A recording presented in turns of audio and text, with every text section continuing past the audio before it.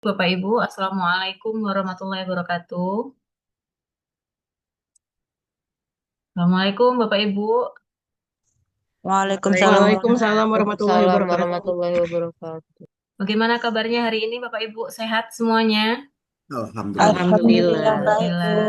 Alhamdulillah. Bagaimana dengan Alhamdulillah. Ibu Aulia juga? Alhamdulillah sehat juga. Terima kasih.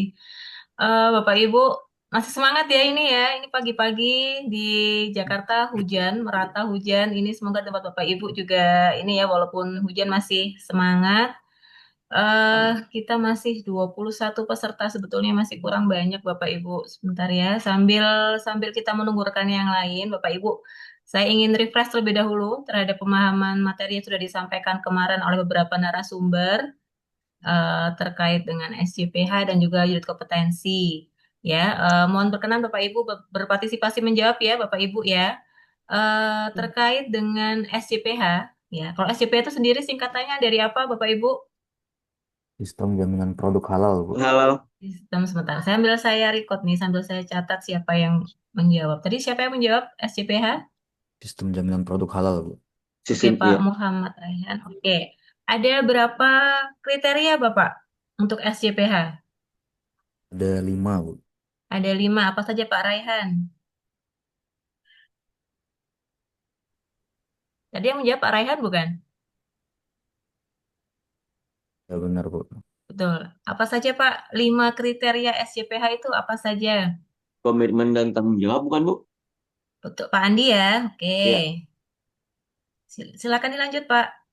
Kan Iya. Komitmen proses ketiga, proses pembuatan produk, proses pembuatan produk. ya, terus produknya Betul? sendiri, Mm-mm.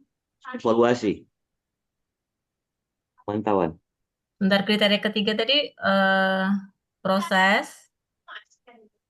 Proses pembuatan produk, Yang keempat, produknya produknya mm, sendiri.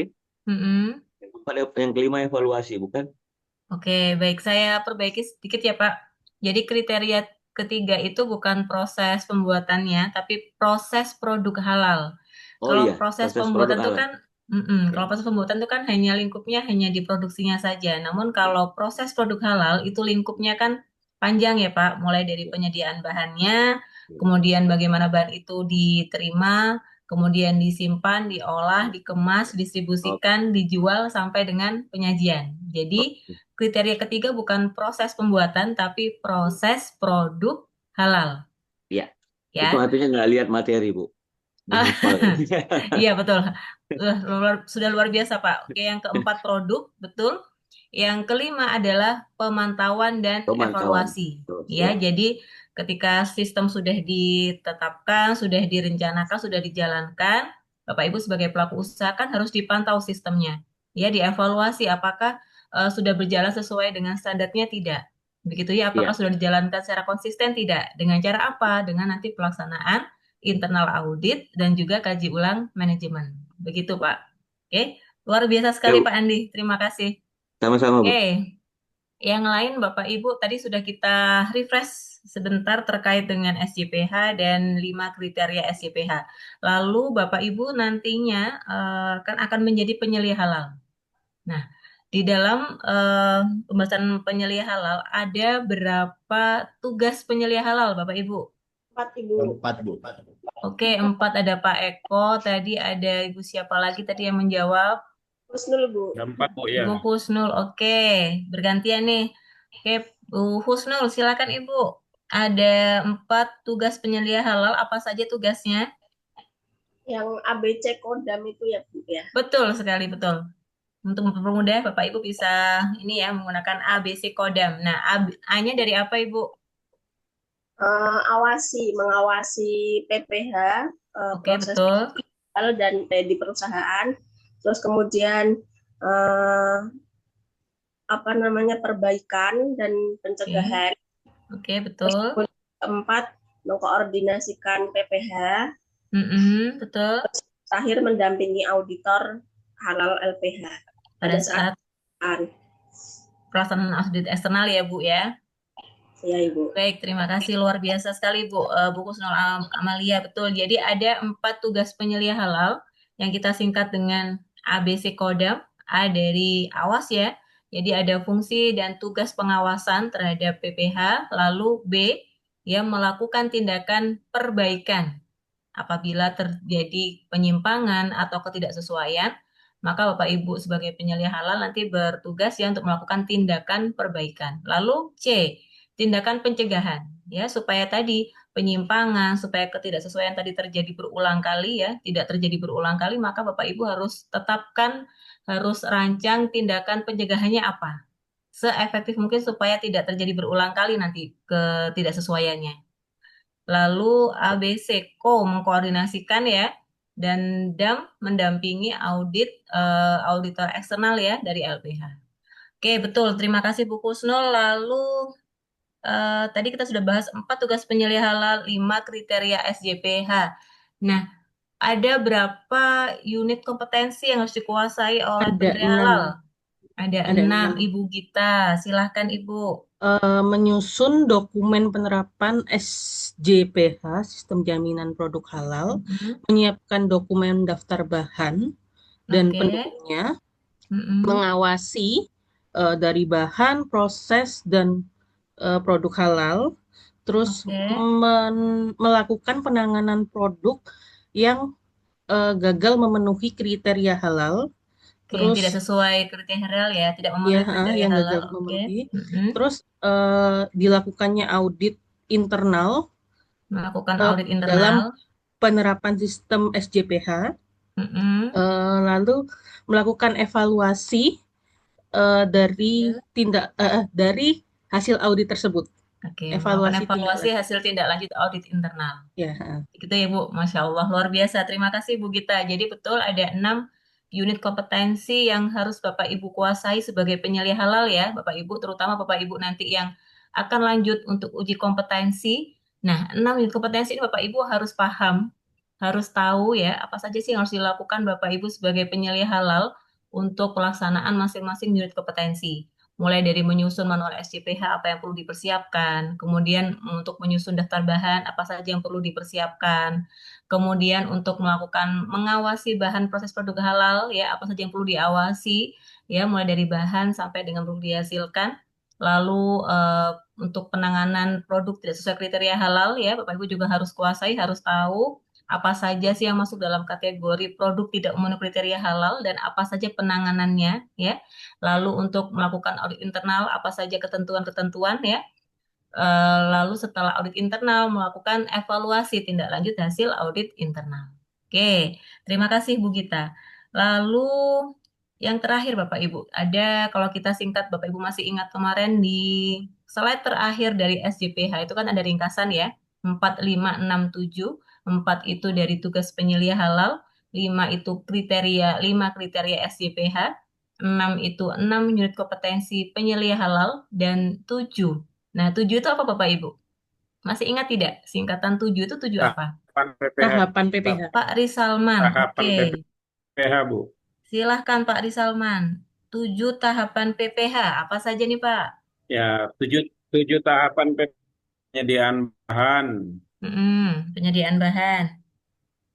Terus Lalu? kemudian pengolahan Oke, betul. bahan, kemudian pengemasan, penyimpanan, distribusian, penjualan, dan penyajian, Bu. Penyajian, oke betul. PPH sendiri apa Pak?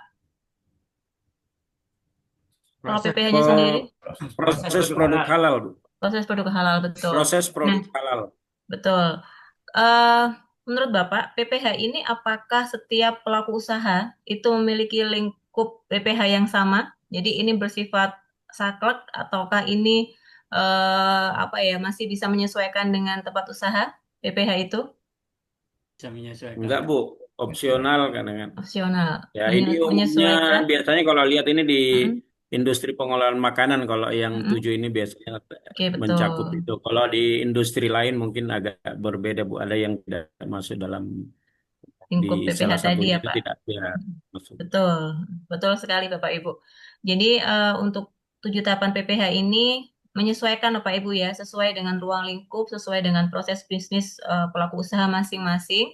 Kalau 7 tahapan umumnya untuk PPH memang betul biasa diaplikasikan, diterapkan pada industri pengolahan makanan ya seperti restoran, kemudian catering, kemudian apa ya hotel gitu ya. Namun kalau di industri pengolahan tanpa penyajian seperti manufacture ya tidak lengkap 7 tahapan PPH tersebut. Jadi sesuaikan dengan ruang lingkup dan proses bisnis usaha masing-masing. Nah, Bapak Ibu sudah saya bahas ya, sudah saya refresh juga terkait dengan pemahaman 4, 5, 6, 7 yang perlu Bapak Ibu kuasai sebagai penyelia halal. Nah, lalu kita saat ini masuk ke dalam unit kompetensi yang keberapa, Bapak Ibu? Pembahasan unit kompetensi Ketiga, yang Bu. keberapa? Yang ketiga ya, Ketiga. yaitu mengawasi bahan, proses, dan produk halal. Nah, kalau kita kaitkan dengan tugas penyelia halal, maka ini berkaitan dengan tugas penyelia halal yang pertama, Bapak Ibu ya, yaitu melakukan fungsi pengawasan. Apa yang harus Bapak Ibu awasi, yaitu mulai dari bahannya, mulai dari bagaimana bahan itu dibeli ya, atau bagaimana bahan itu dipesan, sampai dengan bahan itu diterima di tempat usaha harus Bapak Ibu awasi. Kenapa harus diawasi? Karena Bapak Ibu harus memastikan bahwa bahan yang dibeli, yang dipesan itu sesuai dengan daftar bahan halal. Itu kuncinya Bapak Ibu. Ya, jadi pertama Bapak Ibu sebagai penyelia halal itu harus mengawasi, memastikan pembelian bahan, pemesanan bahan itu sesuai dengan daftar bahan halal. Apakah sudah sesuai dengan daftar halal atau tidak? Gitu ya. Walaupun bahannya itu sudah memiliki sertifikat halal, tapi jika belum terdaftar di daftar bahan halal, maka itu tidak sesuai dengan ketentuan. Jadi itu sebagai temuan, Bapak Ibu. Gitu ya. Nah, lalu setelah bahan itu dibeli, dipesan gitu ya, lalu kemudian datang di tempat usaha, kemudian lalu masuk ke dalam lingkup penyimpanan. Nah, Bapak Ibu juga harus periksa nih di prosesnya, proses penyimpanannya, proses pengolahan. Apakah ada potensi kontaminasi najisnya? Tidak. Jadi setelah kita sudah mengawasi bahannya, ketentuan bahannya sudah sesuai, lalu kita lanjut Bapak Ibu. Lanjut ke prosesnya. Apakah dalam prosesnya ini ada potensi kontaminasi terhadap bahan haram? Tidak. Apakah ada potensi kontaminasi najisnya? Tidak. Jika Bapak Ibu menemukan hal seperti itu, misalkan dalam pengawasan di tempat produksi, di dapur, oh ternyata saya menemukan banyak kotoran tikus. Nah, itu kan sudah sumber cemaran najis ya Bapak Ibu ya. Kotoran hewan kan sebagai salah satu sumber cemaran najis. Nah, itu bisa dijadikan sebagai temuan. Sampai dengan produk itu dihasilkan, Bapak Ibu harus awasi. Bagaimana terkait dengan penamaan produknya, kemudian sensori produknya, apakah sudah sesuai dengan ketentuan halal, itu Bapak Ibu harus awasi juga, ya. Jadi kalau Bapak Ibu sebagai penyelia halal itu kan sebagai pengawas Bapak Ibu ya. Jadi Bapak Ibu yang mengawasi, memastikan langsung. Namanya kita mengawas itu kan harus hadir langsung, harus menyaksikan langsung, harus memeriksa gitu ya. Apakah yang sudah dilakukan oleh karyawan di bagian gudang, di bagian produksi ya, di bagian pengiriman sudah sesuai dengan ketentuan atau tidak. Itu tugas Bapak Ibu sebagai supervisor atau penyelia halal. Oke. Oke, itu sebagai pembuka Bapak Ibu, saya izin share screen terlebih dahulu untuk materi kita. Sudah terlihat jelas Bapak Ibu materinya? Terlihat, Bu, terlihat. Oke, alhamdulillah kita juga sudah 30 peserta nih, sudah 80% Bapak Ibu. Oke, bismillahirrahmanirrahim. Saya akan menyampaikan materi mengawasi bahan, proses, dan produk halal. Ini adalah unit kompetensi yang ketiga Bapak Ibu ya, dari penyelia halal. Nah, di dalam masing-masing unit kompetensi penyelia halal, Bapak Ibu, itu ada elemen kompetensi, ya, elemen yang perlu Bapak Ibu kuasai, yang perlu Bapak Ibu capai nantinya sebagai penyelia halal. Nah, di sini di unit kompetensi yang ketiga ada 5 Bapak Ibu, ada 5 elemen kompetensi yang perlu Bapak Ibu kuasai. Apa saja kompetensi yang perlu Bapak Ibu kuasai? Yang pertama adalah Bapak Ibu nantinya harus mampu mengawasi pengadaan bahan, lalu mengawasi penanganan bahan halal, kemudian mengawasi proses produk halal, kemudian mengawasi penanganan produk halal, dan yang terakhir mengawasi pengembangan produk halal. Gitu ya. Nah, di masing-masing elemen kompetensi ini Bapak Ibu ada kriteria unjuk kerjanya. Ada beberapa tahapan, ada beberapa cara yang perlu Bapak Ibu lakukan ya untuk bisa mencapai elemen kompetensi ini. Di elemen kompetensi yang pertama, yaitu pengawasan pengadaan bahan, berarti Bapak Ibu ada 4 tahapan yang perlu Bapak Ibu lakukan. Itu ya, apa saja? Yang pertama, mulai dari pengadaan bahannya. Ya, kalau pengadaan bahan ini berarti kan ketika bahan itu belum datang. Jadi bahan itu ketika dibeli, dipesan ya oleh pelaku usaha itu dipastikan dulu apakah sesuai dengan daftar bahan halal atau tidak. Ya, tadi sudah saya sampaikan di awal bahwa setiap pembelian bahan, setiap pemesanan bahan, pastikan terlebih dahulu apakah sudah sesuai dengan daftar bahan halalnya tidak. Begitu. Lalu yang kedua, seleksi bahan baru sesuai dengan prosedur Bapak Ibu. Jadi, ketika nanti Bapak Ibu sudah melakukan sertifikasi halal, sudah mendapatkan sertifikat halal, ketika nanti ada tambahan bahan baru, itu tidak boleh serta-merta langsung dipakai Bapak Ibu. Jadi ada tahapannya, ada ketentuannya. Jadi Bapak Ibu harus daftarkan dulu penggunaan bahan baru tersebut. Walaupun bahannya ini hanya beda merek atau beda produsen gitu ya. Sudah ada sertifikat halalnya kok Bu. Terus kemudian ini sudah ada kok di websitenya BPJPH sudah ada label halalnya gitu ya. Ini kita cuma ganti mereknya saja. Itu tetap tidak bisa Bapak Ibu. Jadi setiap penggunaan bahan baru Bapak Ibu harus daftarkan dulu. Didaftarkan dulu ya, lengkapi persyaratannya dalam artian lengkapi dan pastikan sertifikat halalnya. Jika sudah lengkap Bapak Ibu ajukan. Ajukan ke siapa? Ke LPH dan BPJPH untuk dimintakan persetujuan. Jika sudah disetujui penggunaan bahan baru, baru boleh Bapak Ibu nanti gunakan sebagai bahan yang baru. Kalau belum mendapatkan persetujuan dari BPJPH dan LPH, maka jangan dulu dipergunakan sebagai bahan baru, Bapak Ibu. Ya, tahapannya seperti itu. Lengkapi dulu persyaratan terkait dengan halalnya, ya. Cari, pastikan sertifikat halalnya atau dokumen pendukung halal. Lalu kemudian ajukan ya kepada BPJPH dan LPH. Jika sudah disetujui, masukkan ke dalam daftar bahan halal. Setelah itu baru dipergunakan sebagai bahan untuk produksi. Oke, itu untuk seleksi bahan baru. Selanjutnya, Bapak Ibu, bukti pengadaan bahan diperiksa sesuai dengan prosedur. Jadi, pada saat pembelian bahan, contohnya misalkan ketika Bapak Ibu membeli bahan baku di supermarket gitu ya. Kemudian ketika bahan itu Bapak Ibu pesan dari supplier, itu kan ada buktinya. Kalau kita beli langsung di swalayan di supermarket, berarti kan biasanya ada notanya ya, ada kwitansi atau bonnya. Nah, itu Bapak Ibu periksa. Periksa sesuaikan dengan daftar bahan halal. Apakah bahan yang dibeli benar sudah tertera di daftar bahan halal? Tidak. Jangan sampai sah pembelian itu salah membeli bahan di luar daftar bahan halal. Jadi harus diperiksa.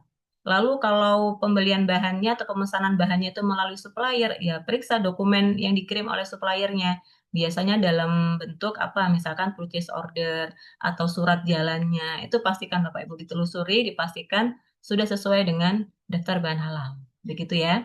Nah, lalu hasil pemeriksaan pengadaan bahan dilaporkan dan dokumentasikan sesuai dengan prosedur. Nah, 4 tahapan inilah yang Bapak Ibu perlu lakukan ya untuk mencapai kompetensi pengawasan pengadaan bahan. Kita lanjut Bapak Ibu, elemen kompetensi yang kedua adalah mengawasi penanganan bahan halal. Apa saja yang perlu dilakukan?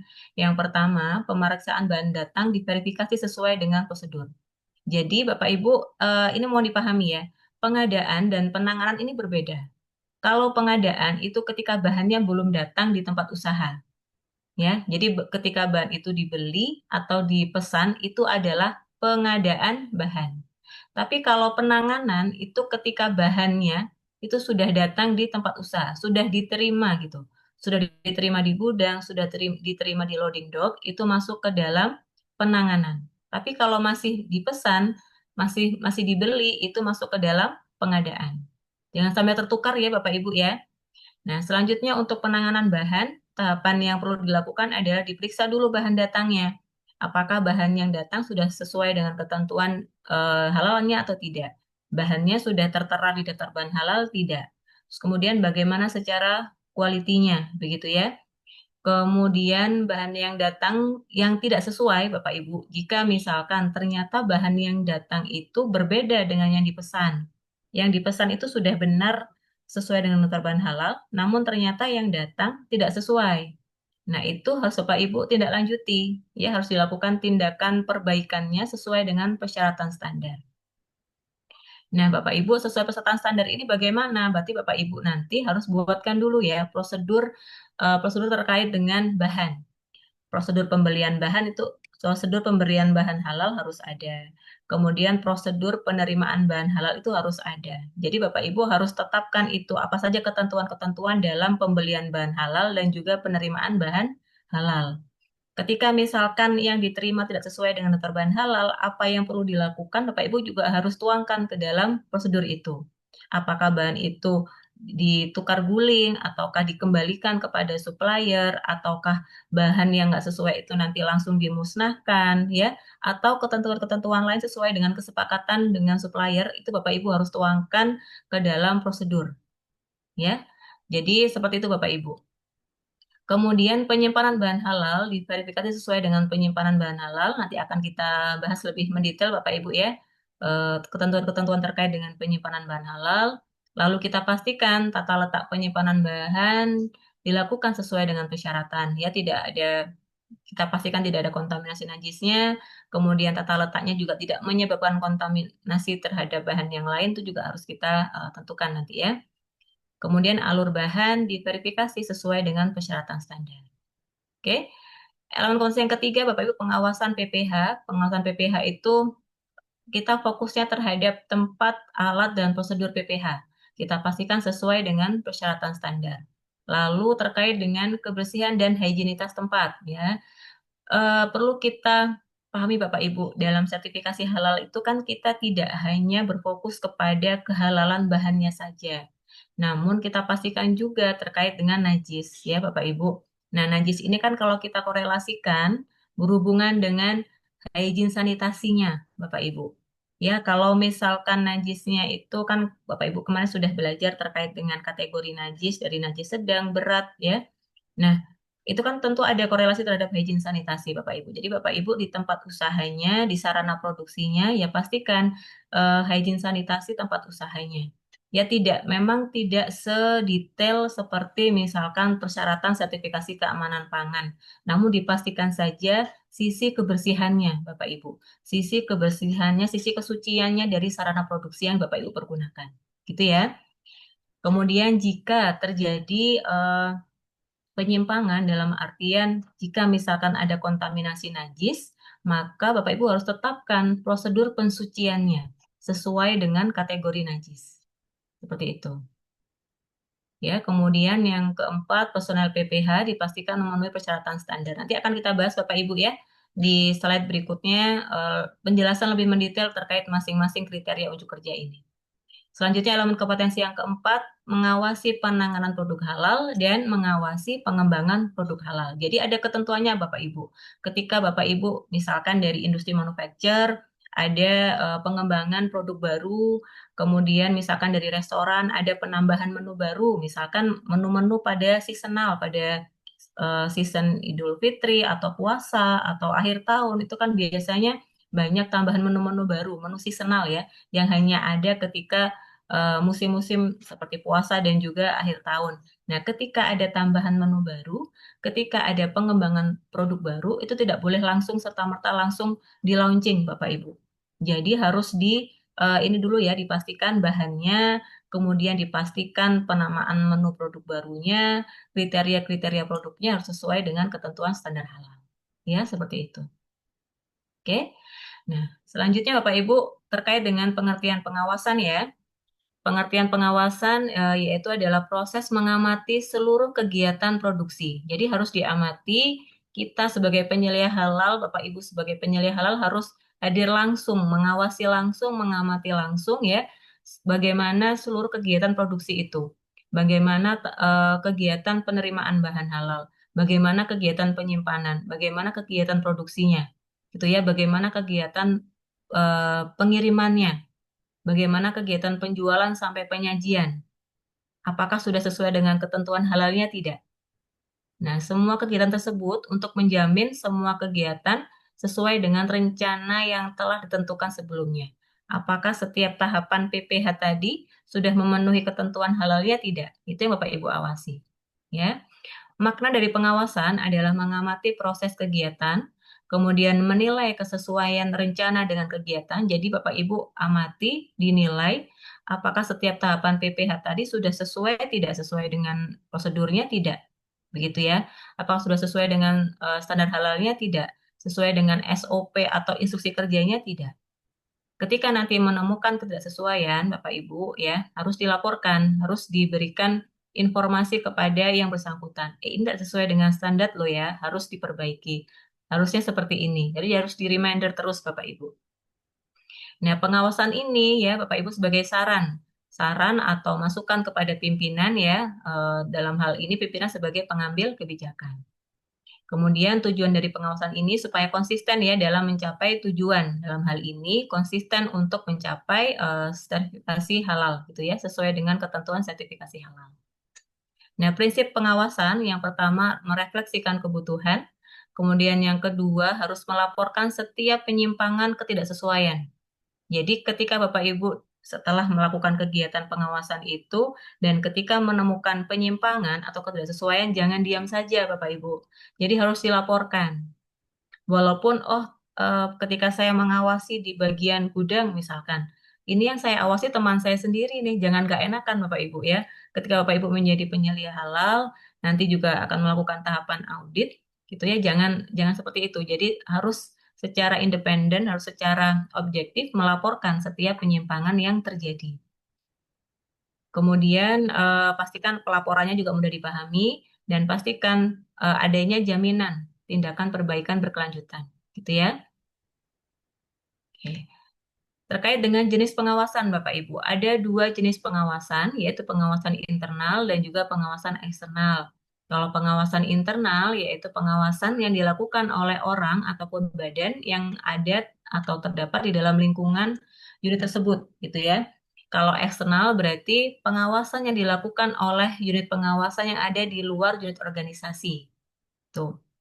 Nah, kalau internal dilakukan oleh siapa? Pengawasan internal dilakukan oleh penyelia halal, gitu ya. Bisa juga penyelia halal eksternal. Dalam hal ini misalkan jika perusahaan menyewa pihak ketiga dalam artian penyelia halal dari konsultan, nah itu juga bisa sebagai pengawasan dari internal. Kemudian kalau pengawasan eksternal itu dilakukan oleh siapa saja, bisa dari masyarakat, bisa dari organisasi lain ya, misalkan ormas, organisasi kemasyarakatan, dan juga misalkan dari tim surveillance BPJPH. Itu adalah beberapa pihak ya yang melakukan pengawasan eksternal. Oke, kemudian ini ada 6 aktivitas pengawasan yang perlu Bapak Ibu lakukan ya. Yang pertama, pastikan melakukan pengawasan terhadap pengadaan bahannya, kemudian pengawasan penanganan bahan halal, kemudian pengawasan PPH-nya, kemudian selanjutnya pengawasan produk halal, kemudian pengawasan terhadap pengembangan produk halal. Nah, jika sudah selesai Bapak Ibu melakukan pengawasan terhadap 5 hal ini, 5 tahapan ini, maka selanjutnya Bapak Ibu harus lakukan membuat laporan pengawasan. Jadi jangan lupa ya, setelah kita melakukan kegiatan pengawasan, kegiatan terhadap 5 titik ini ya Bapak Ibu ya, pengadaan, penanganan, PPH, kemudian pengawasan produk, pengawasan pengembangan produk, jangan lupa nantinya kita harus membuatkan laporan pengawasan. Oke. Oke, sebelum saya masuk Bapak Ibu ke masing-masing detail pengawasan, menurut Bapak Ibu pengawasan ini perbedaannya dengan audit nantinya seperti apa? Kan sama-sama mengawasi Bapak Ibu, sama-sama mengamati. Nah, ini menurut Bapak Ibu perbedaannya dengan audit nanti apa? Mungkin ada salah satu yang bisa ini Bapak Ibu bisa menjawab perbedaannya antara fungsi pengawasan dengan audit sendiri apa? Ada yang berkenan menjawab Bapak Ibu? Izin saya boleh. Boleh Pak Mahbub Ihsan. Boleh, ini sepemahaman saya jika pengawasan ini bentuknya memang sifatnya preventif, ya, menjaga dari sisi kontaminasi najis ya, pastinya kalau dalam konteks halal ini. Kemudian kalau audit ini saya melihat untuk lebih kepada perbaikan atau improve, kiranya ada temuan dan lain sebagainya yang nanti outputnya bisa menjadi rujukan bagi perusahaan untuk melakukan perbaikan-perbaikan untuk kedepannya. Seperti itu. Oke, baik. Terima kasih Pak Mahbub Ihsan. Mungkin yang lain Bapak Ibu satu lagi. Ya Bu, saya mau jawab. Pak, mohon maaf tadi Pak siapa? Pak Solihin Bu. Pak Solihin. Silakan Bapak. Jadi kalau pengawasan itu Bu, sifatnya setiap kegiatan, dan dan itu bisa dilakukan oleh tim dari internal, oleh penyelia. Tapi kalau audit itu sifatnya berkala, bisa tahunan atau bulanan. Dan fungsinya kalau audit itu sebagai evaluasi pemeriksaan. Tapi kalau pengawasan sifatnya sebagai pencegahan sih, pencegahan atau preventif. Oke, baik. Berarti jadi hampir sama dengan Pak Mahbub Ihsan ya, Pak Solihin ya. Jadi kalau menurut Pak Solihin dan Pak Mahbub tadi, kalau pengawasan sifatnya preventif, pencegahan begitu ya. Tapi kalau audit ada tindakan perbaikannya begitu ya. Namun mohon dipastikan Bapak Ibu. Jadi sebetulnya pengawasan itu juga ada ini Bapak Ibu. Prinsipnya adalah juga menjamin adanya tindakan perbaikan. Jadi sebetulnya pengawasan itu tidak hanya kita berhenti mengawasi saja, mengamati saja, namun tidak ada tindakan selanjutnya, bukan. Jadi sama Bapak Ibu, pengawasan ini juga ada tindakan perbaikan yang perlu Bapak Ibu lakukan nantinya ketika menemukan penyimpangan atau ketidaksesuaian. Prinsipnya kalau pengawasan itu kan kita mengawasinya secara biasanya lebih rutin Bapak Ibu ya. Kalau audit itu kan secara betul kata Pak Solikin tadi, sudah ditetapkan secara berkala, sudah ditetapkan jadwalnya. Bisa setiap 3 bulan sekali, bisa setiap 6 bulan sekali, bisa 1 tahun sekali. Jadi sudah ada jadwal khusus untuk pemantauan. Nah, kalau audit ada pemantauannya Bapak Ibu ya. Pemantauan secara berkala, itu audit. Dengan jadwal yang sudah ditentukan. Nah, kalau pengawasan itu bisa lingkupnya dan sifatnya bisa frekuensinya lebih sering. Pengawasan bisa dilakukan setiap hari, gitu ya, ataupun juga bisa dilakukan bisa 1 minggu sekali atau 1 bulan sekali. Tapi intinya frekuensinya lebih sering, lebih ini ya Bapak Ibu ya, untuk mengawasi untuk pencegahan itu. Jadi perbedaannya secara ininya kalau audit itu lebih ke penjadwalan begitu ya, untuk memantau, mengevaluasi penerapan dari 5 kriteria SJPH apakah sudah sesuai atau tidak. Tapi kalau pengawasan itu sifatnya lebih pengamatan secara rutin Bapak Ibu yang dilakukan secara lebih rutin, bisa dilakukan setiap hari, bisa dilakukan setiap frekuensinya lebih sering dibandingkan dengan audit.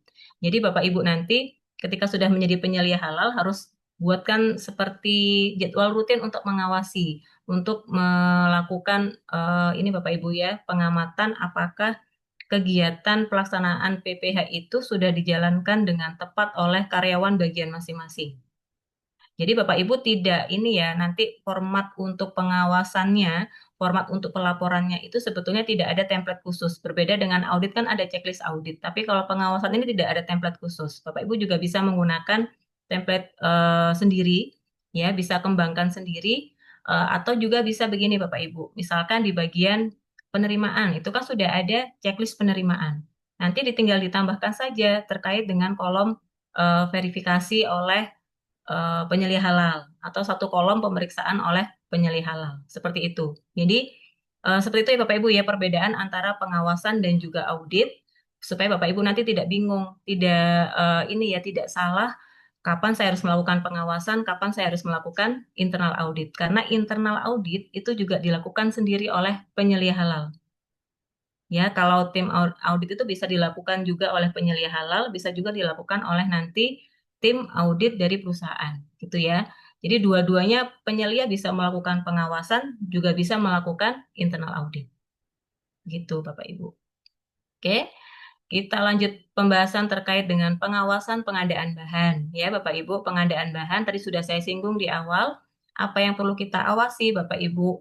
Jadi pastikan setiap bahan yang dibeli gitu ya, yang dipesan sesuai dengan daftar bahan halal. Jadi Bapak Ibu harus pastikan kesesuaian nama bahannya, nama negara produsennya, kemudian nama produsen, itu sesuai persis sama dengan daftar bahan halal. Jika ada bahan yang Bapak Ibu terima, yang Bapak Ibu pesan ternyata tidak sesuai dengan daftar bahan halal, maka itu sudah menjadi temuan pengawasan. Itu ya. Bapak Ibu nanti sebagai penyelia halal tinggal datang misalkan ke bagian pembelian, tinggal datang ke bagian purchasing ya, cek bonbonnya. Cek kemudian compare atau bandingkan dengan daftar bahan halal. Dari bon atau kwitansi atau surat jalan ya atau purchase ordernya itu bahan-bahan yang dipesan apakah sudah sesuai dengan daftar bahan halal tidak. Itu Bapak Ibu harus pastikan kesesuaian nama bahan, mereknya ya, kemudian produsennya juga harus dipastikan apakah sudah sama persis tidak. Jika tidak sama berarti itu sudah menyimpang atau tidak sesuai dengan ketentuan halal. Oke ya. Kemudian terkait dengan seleksi bahan baru, Bapak Ibu. Nah, ini ketika ada bahan baru, jangan langsung digunakan di produksi, namun harus didaftarkan dulu. Bapak Ibu harus cari dulu kelengkapan bahan halalnya, ya kita cari sertifikat halalnya atau dokumen pendukung bahan halal. Kemudian kalau Bapak Ibu nanti di template manual SCPH itu di lampiran 16 ada Bapak Ibu untuk persetujuan bahan baru. Seperti ini. Ya, Bapak Ibu tinggal lengkapi nama bahannya apa, kemudian merek bahannya apa, nama produsen dan asal negara, lalu nomor sertifikat halalnya.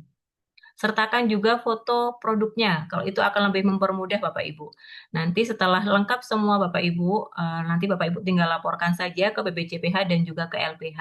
Nanti akan diperiksa oleh LPH-nya, apakah nanti akan ditinjau Bapak Ibu ya, apakah perlu untuk lakukan audit ulang, ataukah sudah cukup buktinya. Kalau memang sudah cukup bukti bahannya, sudah ada sertifikat halalnya, sudah ada foto kemasan produknya, ya maka tinggal disetujui, maka itu akan mempercepat proses untuk ini seleksi bahan baru, Bapak Ibu. Tapi kalau Bapak Ibu ketika ini ya menambahkan bahan baru tapi tidak disertai dengan dokumen pendukung halal, nah itu akan memperlama Bapak Ibu, akan memperlambat proses persetujuan.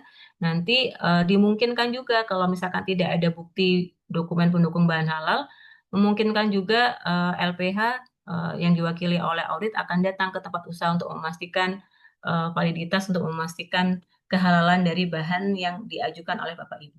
Ya, jadi untuk mempersingkat supaya tidak terlalu berlarut-larut untuk persetujuan bahan baru, maka cari bahan yang sudah ada sertifikat halal atau sudah dilengkapi dengan dokumen pendukung bahan halal.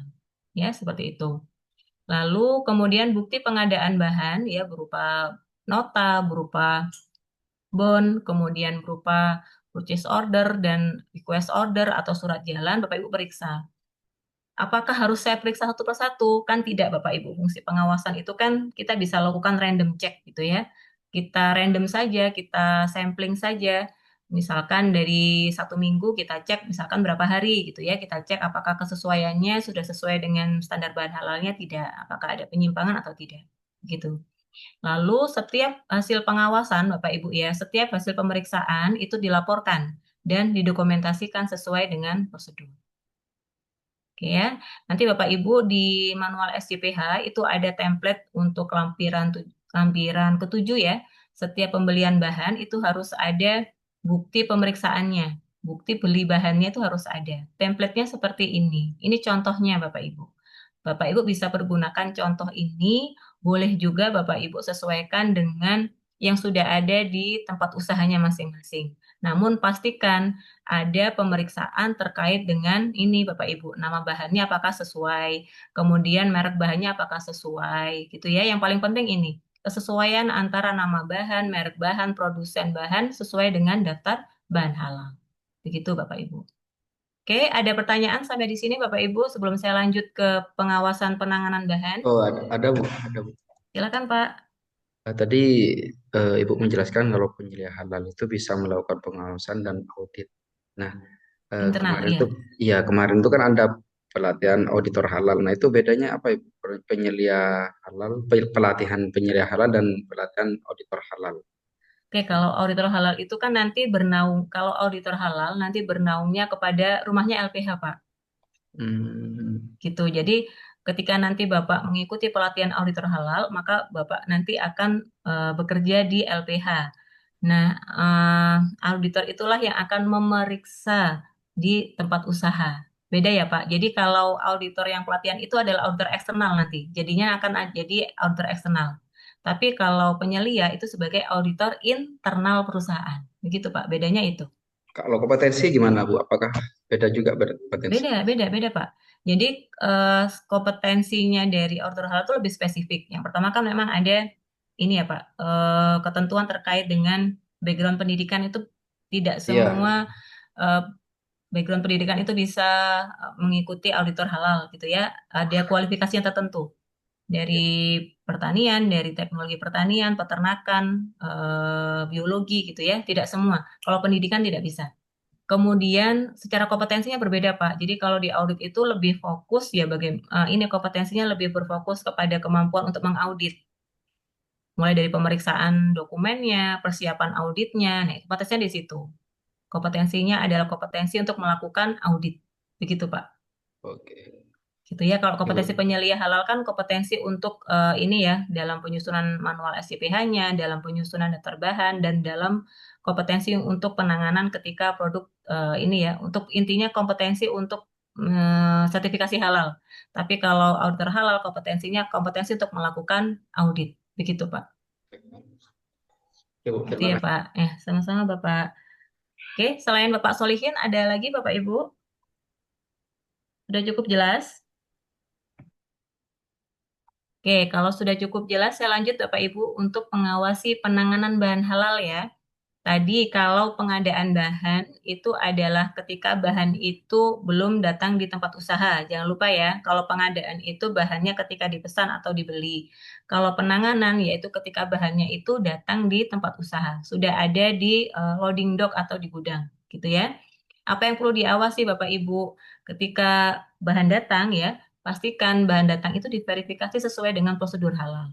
Kita pastikan tadi kesesuaian namanya, nama bahannya, merek bahannya, negara produsennya, gitu ya. Apakah sudah sesuai dengan yang tercantum di dalam daftar bahan halal.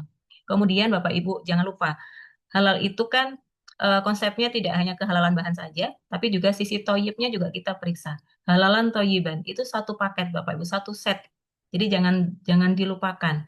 Halalan toyiban itu dalam satu kesatuan Bapak Ibu. Jadi tidak hanya berfokus kepada halal bahannya saja, namun sisi toyibnya juga kita harus perhitungkan. Juga kita harus ini ya, harus pastikan. Jadi ketika penerimaan bahan, selain pemeriksaan terkait dengan ketentuan bahan halal, kita juga pastikan terkait dengan kualitas bahannya.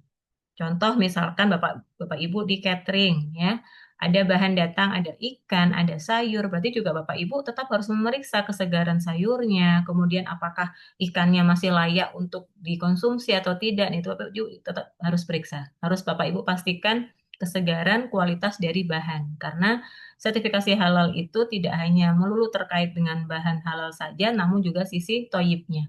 Ya, toyib bahannya, toyib prosesnya itu juga dipastikan. Oke, kemudian bahan datang yang tidak sesuai dengan persyaratan ditindaklanjuti sesuai dengan persyaratan. Jadi Bapak Ibu nanti dalam prosedur penerimaan bahan halal, Bapak Ibu harus tetapkan, harus tuangkan terkait dengan tindakan yang perlu dilakukan ketika menerima bahan tidak sesuai dengan standar. Bahan ini akan diapakan? Ya, ketika misalkan Bapak Ibu menerima bahan ini tidak tertera di daftar bahan halal, nah maka Bapak Ibu tidak boleh langsung dimasukkan ke gudang, tidak boleh langsung digunakan sebagai bahan untuk produksi. Tapi bahan itu harus dipisahkan dulu Bapak Ibu, dipisahkan lalu dikarantina. Ya, atau kalau misalkan di manufacture di hold dulu gitu ya, diberikan label QC hold atau diberikan status karantina ya, untuk nantinya Bapak Ibu harus berkoordinasi dengan tim pembeliannya atau berkoordinasi langsung sama pengirimnya gitu ya, apakah bahan ini bisa ditukar guling atau dilakukan retur, dikembalikan ke supplier, dan ketentuan-ketentuan lain sesuai dengan kesepakatan yang sudah diatur di kerjasama dengan supplier. Ya, jadi jangan langsung ketika misalkan ada bahan yang tidak sesuai dengan daftar bahan halal, atau misalkan bahannya tidak memiliki sertifikat halal, tidak boleh langsung diterima. Jadi dipisah dulu, lalu dikarantina, lalu Bapak Ibu lakukan tindakan pengendalian selanjutnya. Kalau misalkan Bu, saya itu bahannya ini beli di supermarket, kan nggak mungkin saya kembalikan gitu ya. Maka Bapak Ibu harus tuangkan itu di dalam prosedur. Jika seperti itu, maka harus dilakukan apa tindakannya? Apakah langsung dimusnahkan gitu ya, dibuang begitu, atau bagaimana? Atau saya daftarkan dulu ke daftar bahan halal. Nah, pilihan-pilihan itulah yang Bapak Ibu harus tuangkan dalam prosedur penerimaan bahan halal. Begitu ya Bapak Ibu ya. Jadi tidak boleh langsung digunakan sebagai produksi, tapi harus ada tindakannya. Di hold atau di karantina untuk kemudian bisa diretur ke supplier atau juga misalkan oh ini ternyata bahannya sudah ada sertifikat halalnya kok tapi nggak ada di daftar bahan halal jadi saya daftarkan dulu. Selama menunggu proses persetujuan daftar bahan halal ya maka harus tetap di karantina dulu. Kalau sudah mendapatkan persetujuan dari LPA dan BPJPH, baru boleh dirilis, baru boleh digunakan sebagai bahan baru. Seperti itu ya Bapak Ibu ya. Kemudian penyimpanan bahan halal diverifikasi sesuai dengan standar penyimpanan bahan. Gitu ya Bapak Ibu nanti harus juga buatkan prosedur atau SOP atau bisa juga instruksi kerja terkait penyimpanan bahan halal. Apa saja ketentuan-ketentuan untuk penyimpanan bahan halal ya. Mulai dari misalkan Bapak Ibu harus memisahkan antara penyimpanan produk halal dengan yang non halal. Harus ada sekatnya atau harus ada pembedanya ruang untuk tempat penyimpanan bahan halal dan yang produk halal. Kemudian harus ada label atau identifikasinya supaya tidak bercampur, supaya tidak tertukar, seperti itu. Kemudian peralatan penyimpanan barangnya pun juga harus dibedakan Bapak Ibu untuk penyimpanan bahan halal dan juga yang non halal. Kemudian apalagi Bapak Ibu, setelah dari tempatnya kita sendirikan, peralatannya kita sendirikan. Kalau misalkan Bapak Ibu ternyata bahannya ini adalah bahan basah non halal gitu ya, misalkan daging atau karkas segar dari babi gitu ya, maka karyawannya pun ya atau stafnya pun sebaiknya yang menangani langsung itu juga dibedakan. Jadi ada karyawan khusus untuk penanganan produk yang non halal, ada juga yang karyawan khusus untuk penanganan produk khusus yang produk halal. Gitu. Jadi sebaiknya kalau misalkan Bapak Ibu ada produk non halal yang produk karkas atau daging segarnya, pengolahan dari daging segar menjadi produk jadi, ataupun hanya menjual produk intinya produk asal hewan yang dalam bentuk karkas ya, yang segar ya, itu sebaiknya karyawannya khusus Bapak Ibu. Tidak boleh bercampur untuk penanganan produk yang halal dengan yang non halal. Kenapa? Karena potensi kontaminasi najisnya tinggi, karena itu najis berat. Itu Bapak Ibu ya. Jadi harus disendirikan. Karyawannya harus dedicate khusus untuk yang non halal. Nah, lalu tata letak penyimpanan bahan dilakukan sesuai dengan persyaratan standar. Jadi di gudang itu Bapak Ibu juga harus atur ya, ini juga terkait dengan sisi toyibnya, jadi kita pastikan penyimpanan bahannya tidak langsung menyentuh lantai, harus di atasnya rak, harus di atasnya palet atau diletakkan di dalam lemari.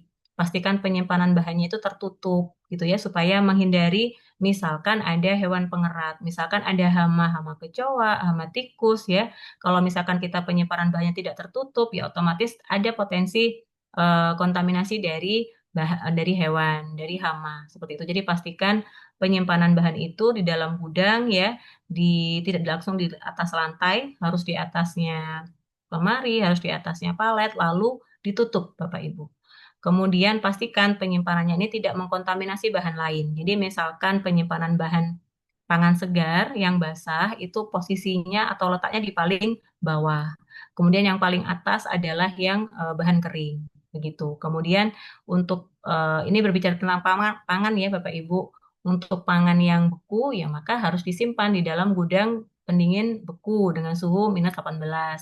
Kemudian kalau pangan dingin ya maka harus disimpan dalam ruang pendingin 0 sampai 4 derajat seperti itu. Kemudian untuk sirkulasinya Bapak Ibu juga harus dipastikan ya supaya tidak lembab gudangnya, kemudian supaya ada sirkulasi udara, supaya tidak mudah berjamur gitu ya.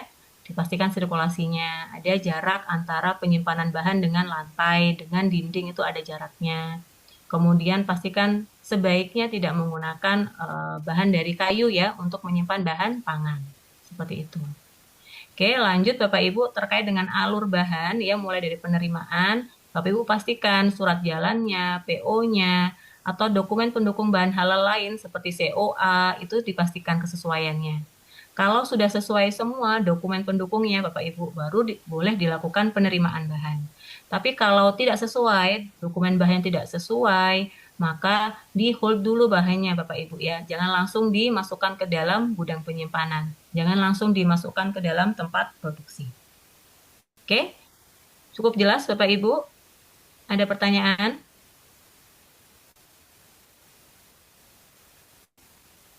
Pak Setia, ada yang ingin ditanyakan, Pak? Pak Setia Kustanto? Izin Bu, Oke, mau Bu tanya, Putri Radayanti, silakan. Saya Bu, mohon izin, saya mute dulu Pak Setia. Oke, sudah. Silakan, Bu. boleh ke slide yang sebelumnya gitu Bu, yang tadi. Ini. Oke. Itu kan tadi Ibu bilang ada bahan datang yang tidak sesuai persyaratan ditindaklanjuti gitu ya kan Bu. Mm-mm. Nah, Mm-mm. kami kan bahannya itu berasal dari daun-daunan, umbi-umbian, dan akar gitu ya kan Bu. Dan Mm-mm. kami biasanya penggunaannya itu, pembahasannya itu menggunakan bahasa Latin, misalnya Heraclea radix gitu ya kan Bu. Mm-mm. Atau Fructus rhizoma gitu. Nah, jadi eh, kan biasanya gitu eh barang Herakles ini akarnya ini gitu eh sama ada turunannya gitu Bu. Ada kesamaannya. Nah, jadi yang barang yang seharusnya Herakles ini ada, tapi ada kemiripan dengan barang yang satunya lagi yang sejenis dan sama nama Latinnya itu ada gitu. Nah, jadi kami pakai yang satunya. Apakah itu bisa gitu, Bu? Maksudnya harus didaftarkan ulang atau masuk ke daftar list bahan halalnya lagi gitu, Bu? Mm-mm. Jadi itu kan sama saja seperti misalkan bahan tapi dari supplier yang berbeda gitu ya Bu ya, betul nggak? Sama-sama, Bu. Dari supplier Oh, yang sama, supplier yang dari sama tapi produsen yang jenisnya sama. berbeda. Nah, iya. Jadi dia gini, Herakles itu misalnya dia akar gitu ya kan, Bu. Nah, Mm-mm. yang sama, yang satunya lagi itu akar tapi dari nama Latin yang berbeda gitu. Oh, Tapi jenis yang dia berbeda satu kan Bu? turunan yang sama gitu Oke, dia. tapi kan tetap dalam satu jenis yang berbeda ya, betul nggak Bu? Satu, hanya bukan dalam. hanya dari turunan nama Latinnya itu aja gitu Bu. Misalnya dia nanti ini dari akar gitu kan. Nah, yang Mm-mm. satunya lagi juga akar tapi dia dari nama Latinnya yang berbeda gitu. Sebentar. Eh, jika berbeda nama Latin berarti kan sudah berbeda jenis bukan sih Bu? Oh, Iya tidak Bu. iya Jadi iya. prinsipnya Iya seperti iya ini. iya. Jika misalkan jenis bahannya sudah berbeda, maka Mm-mm. Ibu harus daftarkan juga di daftar bahan halal. Jika supplier atau pengirimnya sudah berbeda, maka Ibu juga harus daftarkan di daftar bahan halal. Jadi mudahnya seperti itu. Nanti teknisnya kan sesuai dengan jenis bahan masing-masing ya. Kan pelaku usaha pasti punya beragam dan juga berbeda juga jenis bahannya. Namun prinsipnya ketika bahan itu jenisnya sudah berbeda, Bu, maka Ibu harus daftarkan juga di daftar bahan halal. Nah, maka sebaiknya daftar bahan halal itu ketika di awal Ibu susun, itu masukkan semua, Bu. Semua kategori jenis bahan itu, kemungkinan-kemungkinan jenis bahan itu dimasukkan semua saja di daftar bahan halal. Begitu. Hmm. Ya. Jadi misalkan satu dari rimpang rimpang jenis A gitu ya. Kemudian ada, oh kalau misalkan rimpang jenis A ini misalkan pas lagi nggak musim susah didapat, maka bisa digantikan dengan rimpang jenis B. Nah, rimpang jenis B ini Oh juga ya. harus Ibu masukkan ke dalam daftar bahan halal. Supaya Oh ketika nanti gitu. ada kelangkaan atau ada pas nggak musimnya nih gitu ya, Ibu bisa Hmm. langsung pakai yang rimpang jenis B alternatifnya. Gitu, Bu. Walaupun dia hanya Mm-mm. sekali penggunaan gitu, Bu. Iya, Misalnya kita kan nggak iya, terus heeh. berulang, balik Betul, lagi ke betul. bahan yang sebelumnya Mm-mm, gitu. mm-mm. Berarti itu harus tetap dimasukkan Mm-mm, gitu ya, Bu. sebaiknya untuk menghindari begini Bu, kalau Ibu tidak masukkan ke dalam daftar bahan halal, itu kan kita butuh waktu ya Bu, itu Ibu butuh waktu untuk menunggu persetujuan dari BPJPH dan LPH, Iya, ya iya. kan? Tapi kalau Ibu sudah masukkan di daftar bahan halal, Ibu kan nggak perlu minta persetujuan, gitu. Walaupun itu hanya penggunaannya hanya insidentil ya, atau tidak setiap produksi pakai itu, gitu. Itu kan bahan alternatif. Tapi sebaiknya nggak apa-apa, Bu. Sama dengan misalkan tempat usaha yang di restoran, gitu kan. Kenapa kok sebaiknya mencantumkan beberapa merek gitu? Ketika nanti ada satu merek yang nggak ada, atau misalkan langka gitu ya, atau harganya naik, maka bisa langsung saja ambil bahan yang alternatif yang dipakai gitu. Nanti kalau misalkan stoknya sudah banyak lagi di pasaran, ya nggak apa-apa pakai bahan awal lagi nggak apa-apa Bu, begitu. Kan yang terpenting semua bahan yang akan dipakai itu sudah terdaftar di daftar bahan halal. Begitu Bu Putri. Terima kasih, Bu. Iya, sama-sama. Oke, ada yang lain Bapak Ibu sudah cukup jelas? Oke ya, kalau sudah cukup jelas Bapak Ibu saya lanjut untuk pengawasan proses produk halal ya. Apa saja yang harus kita awasi Bapak Ibu untuk PPH? Yang pertama terkait dengan ketentuan pemisahan tempat PPH ya Bapak Ibu yang kemarin sudah disampaikan oleh Bu Dewi di materi SCPH.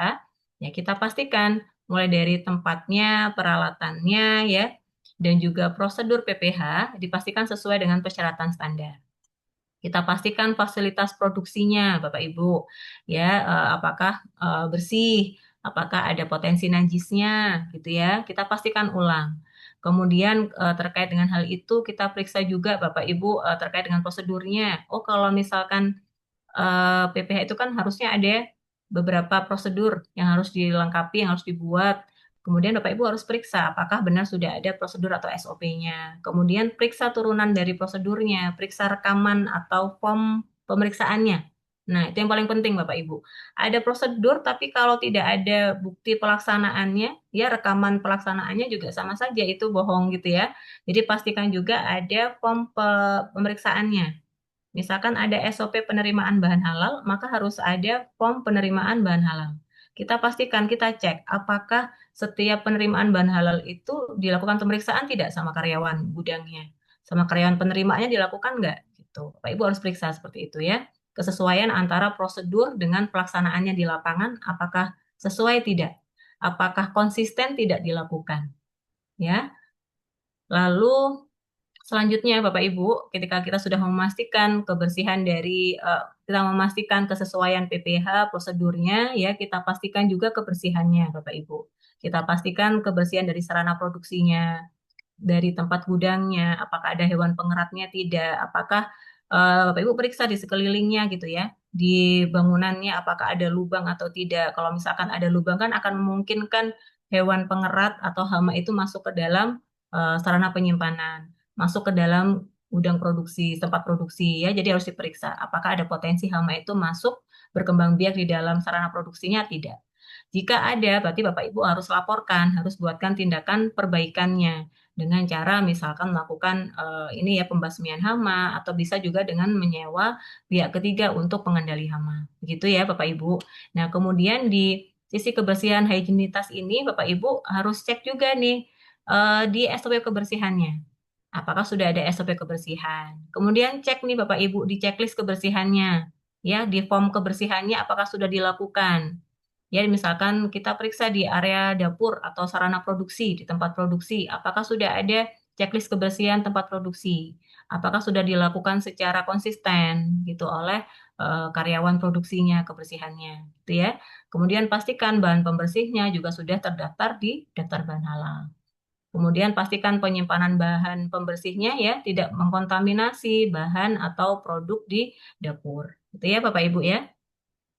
Kemudian setelah itu Bapak Ibu kita pastikan juga ya proses pensucian. Tadi ketika kita mengawasi di sarana produksi, di gudang, kemudian di armada pendistribusian ya, kita awasi apakah ada najisnya tidak. Kalau misalkan nih sarana produksinya tercemar atau terkontaminasi najis, maka kan harus dilakukan pensucian.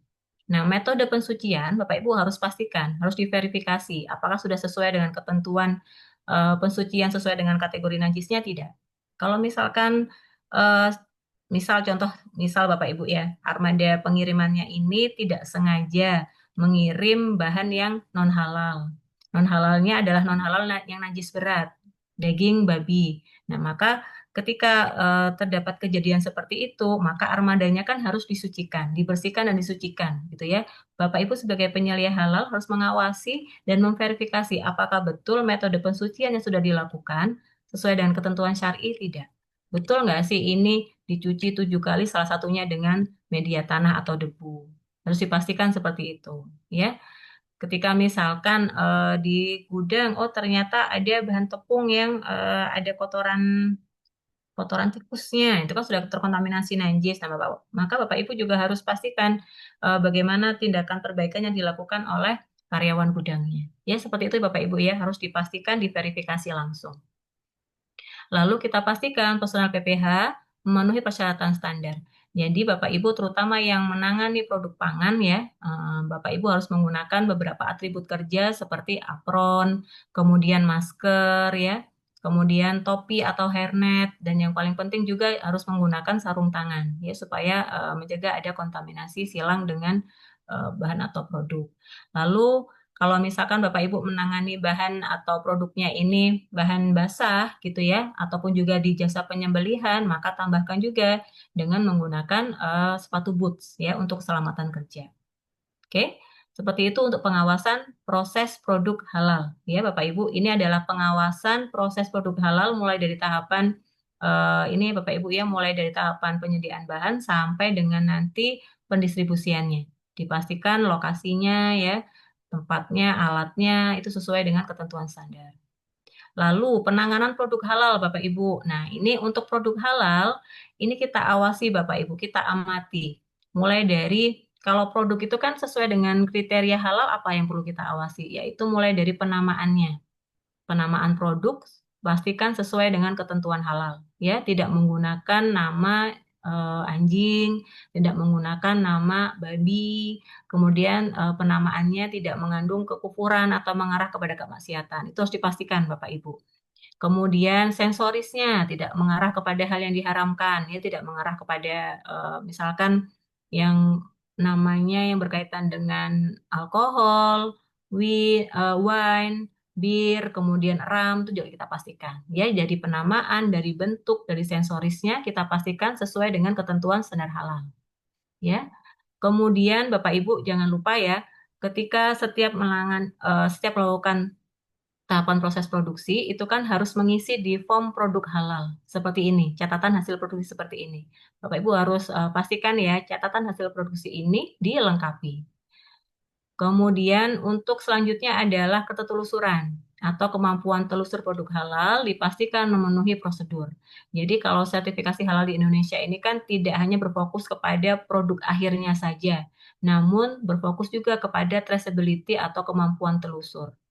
Dalam hal ini berarti Bapak Ibu harus menelusuri, memastikan mulai dari pengadaan bahannya sampai dengan penjualannya nanti itu ada dan terbukti apakah produk yang dihasilkan itu menggunakan bahan halal ya, dan juga harus dipastikan juga prosesnya apakah ada kontaminasi atau tidak. Bagaimana cara kita menelusuri? Ya kita pastikan Bapak Ibu kalau di pengadaan bahan ya kita cek bonnya, kita cek nota pembeliannya, apakah benar menggunakan bahan halal, apakah benar menggunakan bahan yang sudah tertera di daftar bahan halal. Lalu kemudian kalau diproduksi, apa yang kita telusuri? Ya kita pastikan form produksi yang diisi oleh rekan-rekan yang di tempat produksi itu, apakah betul sudah menggunakan bahan halal? Apakah betul sudah menggunakan bahan yang sudah tertera di daftar bahan halal? Begitu ya. Kemudian dokumen distribusi ya kita pastikan Bapak Ibu surat jalannya seperti apa. Kemudian kalau di penjualan, apa yang kita periksa? Biasanya kalau di restoran ya kita periksa struknya. Apakah produk yang ini ya, produk yang dihasilkan sudah sesuai dengan matriks produk yang didaftarkan. Ada perbedaannya tidak, gitu penamaannya dan yang lain-lain. Gitu ya harus kita pastikan seperti itu. Intinya, ketelusuran ini kita menjamin produk yang kita hasilkan, produk yang kita distribusikan, produk yang kita jual itu betul dari bahan halal. Kemudian betul diproduksi pada sarana produksi yang bebas dari kontaminasi najis. Kita periksa dari apa? Dari bonbonnya, kita periksa dari semua catatan penerimaannya, catatan produksinya, sampai dengan catatan penjualannya. Itu ya Bapak Ibu ya. Nah, selanjutnya untuk tempat dan alat penyimpanan produk harus diverifikasi sesuai dengan persyaratan standar, Bapak Ibu ya. Pastikan tidak ada kontaminasi dengan yang najis, pastikan tidak ada kontaminasi dengan yang non-halal. Nah, lalu penyimpanan produk ya sama ya Bapak Ibu dengan penyimpanan bahan tadi, ya standar-standar penyimpanan produk itu sama. Tidak boleh langsung menyentuh di atas lantai ya. kemudian sebaiknya harus tertutup, kemudian ditempatkan di lemari atau di atas palet atau di dalam rak kontainer gitu ya, di plastik kontainer supaya menghindari dari ini ya kontaminasi dari debu, dari hewan dan yang lain-lain. Gitu ya Bapak Ibu. Kemudian pastikan penyimpanan produk antara produk halal dengan non halal harus ada pemisahannya. Harus jelas pemisahannya, gitu ya. Kalau produknya adalah produk segar asal hewani, Bapak Ibu harus ada tempat khususnya, tidak boleh bercampur dengan yang halal. Oke, kemudian setiap penyimpanan bahan maupun produk itu Bapak Ibu harus dibuatkan catatan penyimpanannya seperti ini. Ini sebagai bukti bahwa Bapak Ibu betul ya melakukan ini seperti kartu stok sebetulnya Bapak Ibu ya, untuk memeriksa, untuk memantau jumlah bahan atau jumlah produk yang masuk dan juga keluar. Tambahannya adalah Bapak Ibu harus pastikan kesesuaian nama bahan dan nama produk halalnya. Apakah sesuai atau tidak dengan daftar bahan halal. Tambahannya itu saja. Itu ya.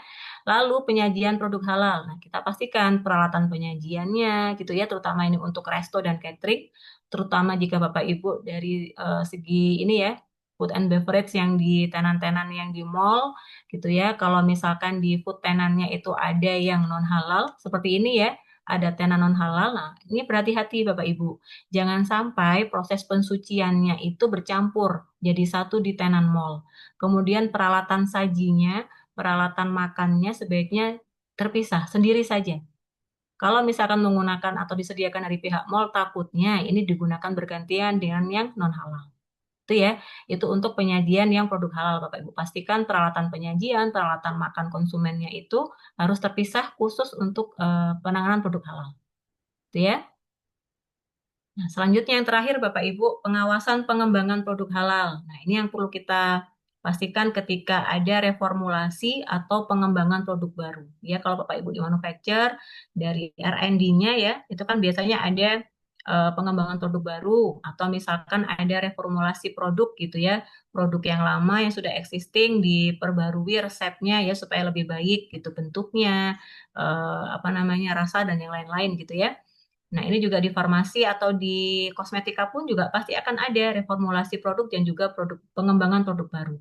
Nah, ketentuannya ketika akan mereformulasi atau mengembangkan produk baru, nah ini Bapak Ibu pastikan ya, identifikasi sesuai dengan syarat standar, pastikan semua bahan yang dipergunakan untuk reformulasi dan pengembangan produk baru itu bahannya sudah terdaftar di daftar bahan halal. Kalau belum, berarti didaftarkan terlebih dahulu. Kemudian jika akan mengembangkan produk baru, kita pastikan penamaan produknya, kemudian sensoris produknya, bentuk produknya itu sesuai dengan ketentuan standar halal, Bapak Ibu. Jangan menyimpang. Ya, jangan sampai nih, oh misalkan Bapak Ibu dari restoran, oh ternyata saya tuh pingin bentuk rotinya, bentuk bakerynya lucu supaya menarik perhatian konsumen, supaya laris nih, saya buat bentuknya seperti bentuk anjing, nah itu tidak boleh. Ya, jadi pastikan dari penamaannya, bentuknya, sensorisnya itu sesuai dengan ketentuan standar halal. Ya, kemudian Bapak Ibu pastikan bahannya juga sudah terdaftar. Jika belum terdaftar atau menggunakan bahan baru, maka harus sesuai dengan prosedur seleksi bahan baru.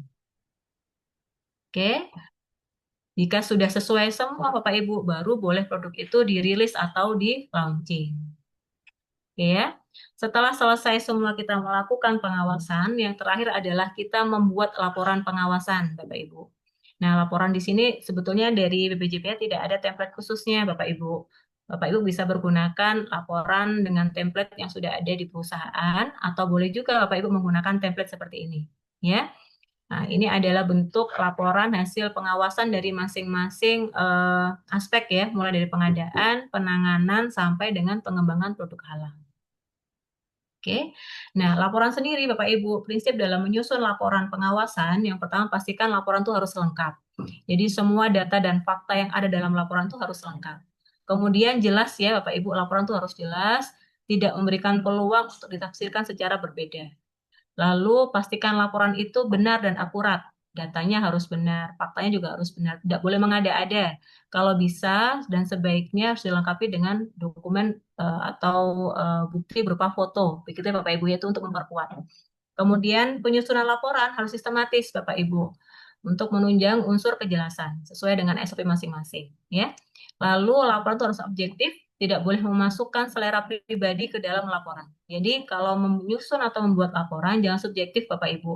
Oh, jangan karena Bapak Ibu tidak suka atau bermasalah dengan rekannya maka dibuatkan laporan mengada-ada. Nah, itu tidak boleh. Ya, jadi laporan pengawasan harus seaktual mungkin sesuai dengan data dan fakta yang ada di lapangan. Itu yang Bapak Ibu laporkan. Ya. Selanjutnya adalah tepat waktu. Jadi ketika misalkan dilakukan pengawasan di katakan hari ini, hari Rabu ya, nah, maka laporannya ya jangan sampai ditunda bulan depan. Sebaiknya secepat mungkin karena kita harus, Bapak Ibu harus tentukan juga tindakan perbaikan, kemudian harus diperbaiki juga oleh yang bagian yang sudah yang ini ya tadi ya bagian yang tidak sesuai tadi juga harus segera memperbaiki supaya tidak berlarut-larut maka laporan itu harus dilaporkan tepat waktu tidak ditunda-tunda begitu ya Bapak Ibu. Oke, kemudian ada rekomendasi Bapak Ibu. Jadi hasil pengawasan itu kan ada yang sesuai, ada juga yang tidak sesuai. Nah, ketika menemukan ketidaksesuaian berarti kan ada rekomendasi perbaikan. Ada tindakan perbaikan yang perlu dilakukan oleh bagian tadi ya yang menemukan ketidaksesuaian. Jadi, rekomendasi ini sifatnya adalah saran. Saran yang menganjurkan, membenarkan, atau menguatkan guna memperbaiki Bapak Ibu. Jadi jangan lupa ketika menemukan hasil pengawasan itu menemukan ketidaksesuaian, Bapak Ibu juga harus memberikan saran atau rekomendasi perbaikan. Apa sih yang perlu diperbaiki, apa yang perlu dilakukan untuk menutup tadi temuan tadi, untuk menutup penyimpangan tadi. Gitu ya Bapak Ibu ya. Nanti akan kita berlatih bersama-sama melalui studi kasus. Nanti akan saya contohkan satu, nanti Bapak Ibu lanjutkan sendiri ya sesuai dengan saran perbaikannya tadi. Oke?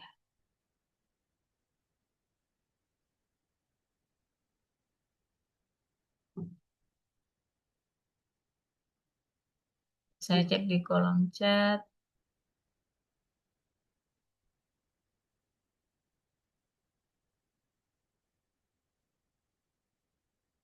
Oke, ini ada pertanyaan Pak Setia Kustanto, bisa on mic Pak?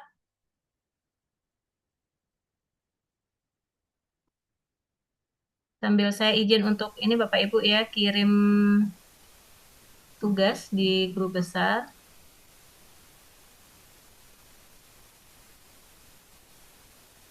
Sebentar.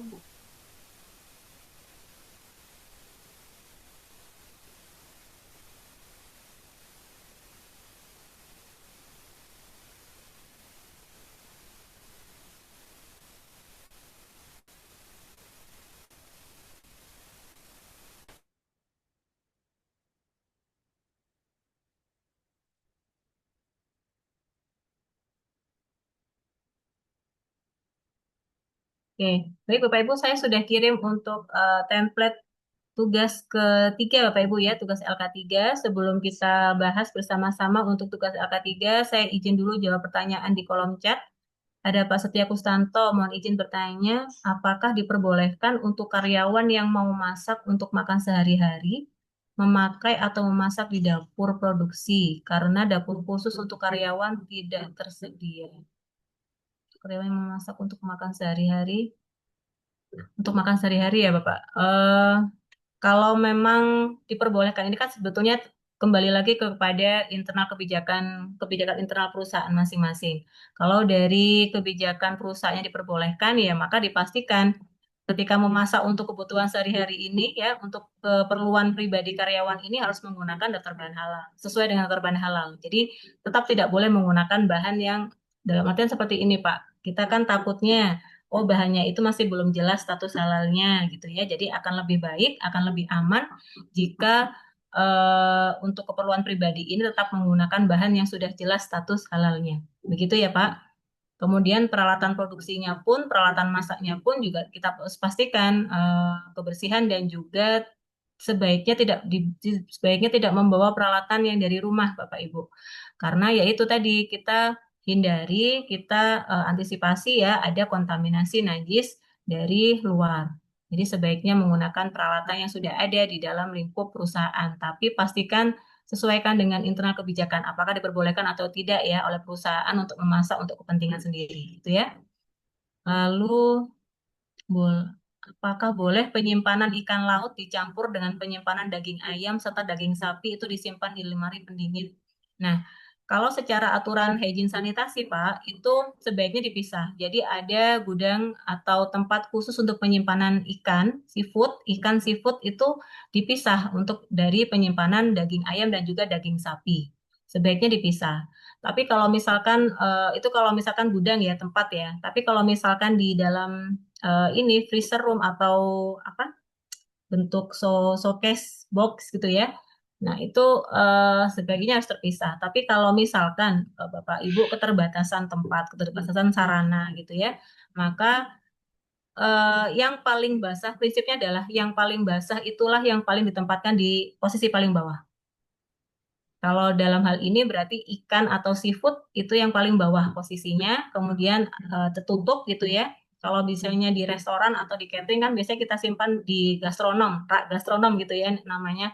Nah, itu yang paling bawah adalah ikan atau seafood, di atasnya baru boleh daging atau ayam. Tapi sebaiknya Bapak Ibu, karena ini rentan kontaminasi bakterinya kan tinggi ya Bapak Ibu, kedua bahan ini. Sebaiknya sih kita pisahkan tempatnya Bapak Ibu, tempat atau gudang penyimpanannya dipisahkan sebaiknya. Tapi kalau keterbatasan sarana boleh seperti itu. Skemanya ya, yang paling basah, yang paling bawah dan tertutup. Oke, ada Bu Hindun Diana untuk makanan dengan bentuk sama, rasa yang sama, tapi berbeda merek, apakah tetap harus disertifikasi halal? Bentuknya sama, rasanya gimana Bu Hindun kan bisa on mic Bu?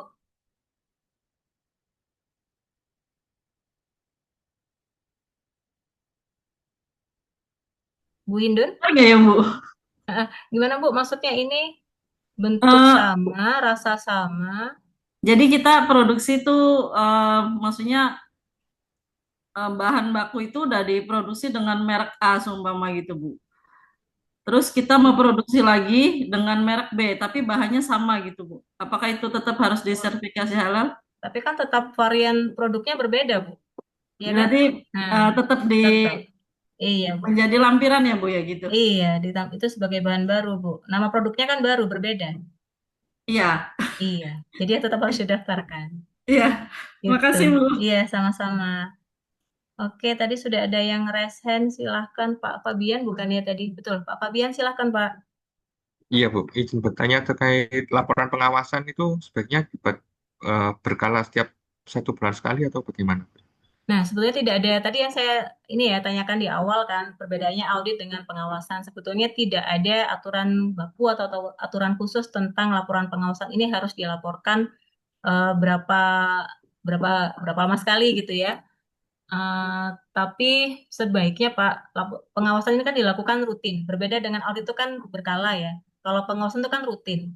Jadi Bapak bisa lakukan jika ditetapkan pengawasan oleh penyelia itu 1 minggu sekali, maka laporannya harus 1 minggu sekali. Tapi kalau misalkan pengawasannya ditetapkan 1 bulan sekali, ya maka laporannya dibuat 1 bulan sekali. Begitu sih Pak. Nanti dikembalikan ke kebijakan perusahaan masing-masing. Pastikan saja fungsi pengawasan dilakukan secara rutin begitu ya.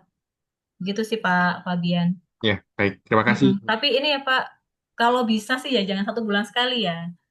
Itu kan tidak apa ya, pengawasannya kan kurang intensif, kurang efektif kalau misalkan hanya 1 bulan sekali. Bapak sebagai penyelia halal itu kan sebaiknya melakukan monitoring atau pengawasan rutin ya, paling tidak kalau tidak bisa setiap hari ya 1 minggu sekali. Begitulah Pak. Ya, Gitu baik ya. Bu. Ya, terima kasih Bu. Sama-sama Pak. Oke. Oke, nanti untuk materi akan saya share di grup besar Bapak Ibu. Oke, ada lagi? Kalau tidak ada, kita bahas bersama-sama Bapak Ibu untuk studi kasus dan LK3. Sudah bisa di-download Bapak Ibu LK3? Sudah Ibu. Sudah ya? Iya Bu, sudah. Sudah dibuka? Sudah Bu. Ya. Nah, Sudah Bu. Sudah oke, Bu. sebentar saya buka dulu Bapak Ibu. Lagi mengerjakan ini Bu. Sebentar saya arahkan dulu Bapak Ibu, sebentar kita bahas bersama-sama ya.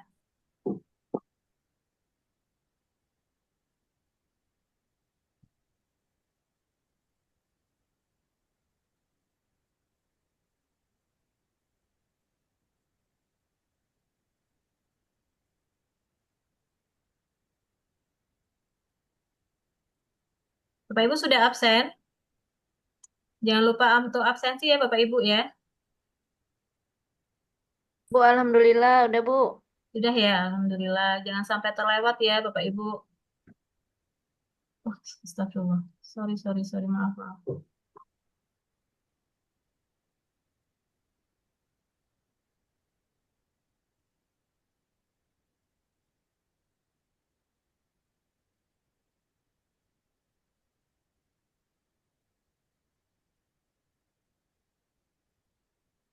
Bentar, Bapak Ibu, mohon maaf sebentar. Apa nggak bisa?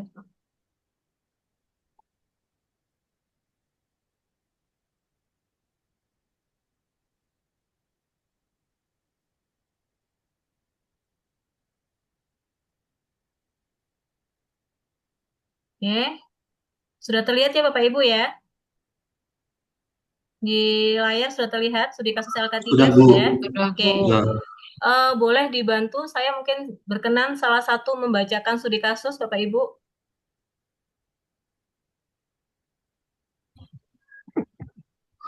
Siapa yang Saya berkenan bacakan. membaca? Boleh, Ibu. silakan Ibu. Iya, silakan Bu. PT Burger Silakan. XYZ. Udah. PT Burger XYZ salah satu restoran kekinian yang memproduksi berbagai macam menu burger. Pengadaan bahan dilakukan oleh bagian purchasing. Bagian purchasing melakukan pembelian daging sapi impor ke supplier X. Daging sapi impor pun tiba di Central Kitchen. Namun, pada saat pengecekan dokumen sertifikat halal bahan, informasi tanggal penyembelihan, tanggal pengemasan, dan nomor rumah potong hewan berbeda dengan yang tercantum di label kemasan daging impor tersebut. Pada bagian purchasing sudah melakukan proses pembelian yang sudah sesuai dengan daftar bahan halal PT Burger XYZ. Kemudian, untuk meningkatkan kapasitas produksi burger, manajemen berencana untuk menggunakan maklon penggilingan daging di tempat lain yang belum memiliki sertifikat halal.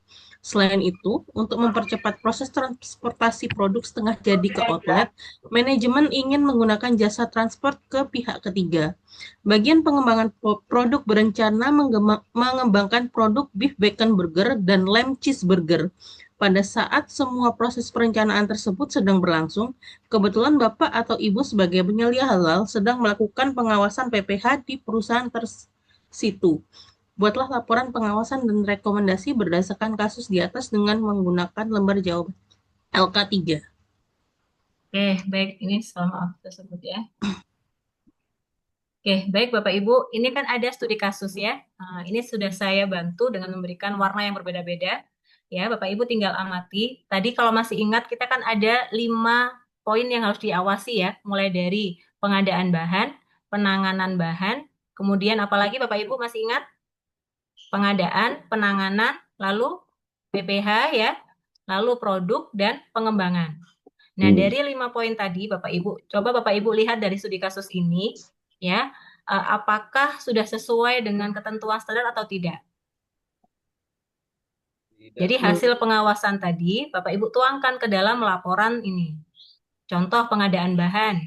Kalau untuk item pengadaan bahan halal sesuai dengan studi kasus, maka urayanya adalah ini ya Bapak Ibu ya, bagian purchasing melakukan pembelian daging sapi impor ke supplier X. Ya. Gitu ya, betul ya Bapak Ibu ya. Bagian purchasing sudah melakukan pembelian ya, sudah sesuai dengan ketentuan standar halal. Kalau sudah sesuai, maka tuliskan di sini rekomendasinya sudah sesuai. Lalu penanganan bahan halal masuk skup yang mana Bapak Ibu? Dari uraian studi kasus ini untuk penanganan bahan halal itu yang mana? Pengecekan. Pengecekan. Yang mana nih Pak? Pengecekan apa? Dokumen sertifikasi bahan halal. Nah, betul. Jadi untuk penanganan bahan berarti pengawasannya adalah hasil pengawasannya adalah pada saat pengecekan dokumen sertifikat halal bahan ya. Informasi tanggal penyembelihan, tanggal pengemasan dan nomor rumah potong hewan berbeda dengan yang tercantum di label kemasan daging impor. Nah, menurut Bapak Ibu, kalau terjadi hal seperti ini, rekomendasinya seperti apa? Apa yang perlu Bapak Ibu rekomendasikan yang perlu dilakukan oleh pihak gudang ya, dan juga pihak purchasing, apa yang perlu dilakukan? Disimpan dulu Bu. Pisahkan. Disimpan, bolehkah disimpan? Kalau sudah nggak sesuai begini, boleh disimpan? Karantina, Bu. Nah, di Karantina karantina dulu. dulu. Karantina. Ini ya. Bukan. Oke, jadi Bapak Ibu tinggal copy paste saja. Ini ya.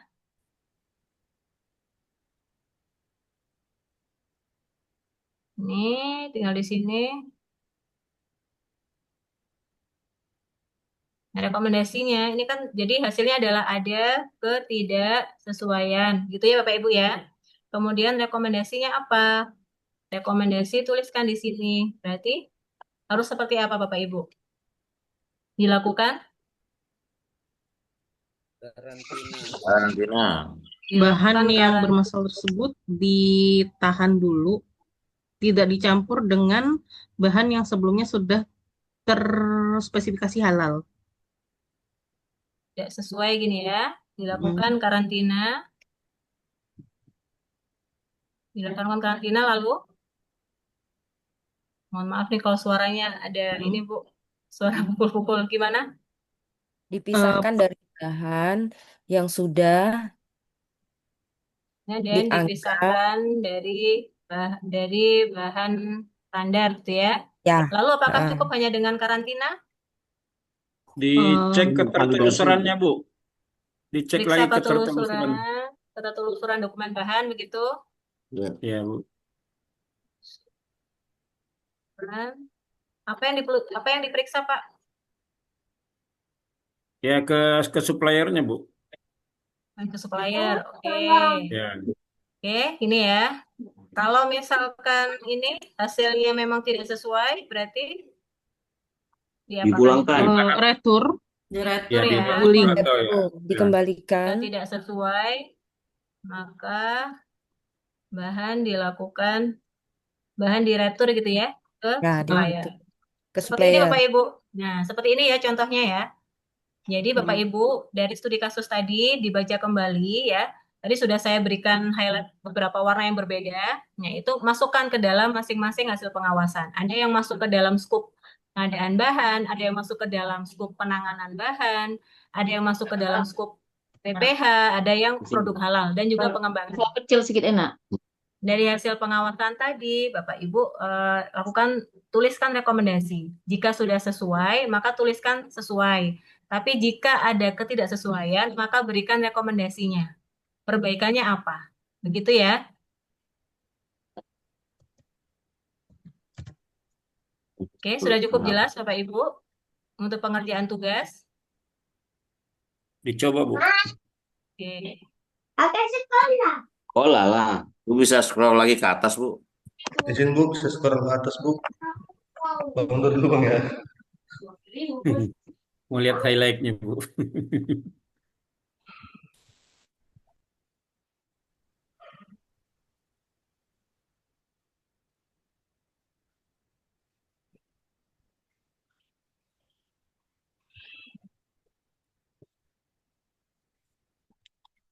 Sudah cukup ya terbaca Bapak Ibu ya? Cukup kurang besar? Kurang besar.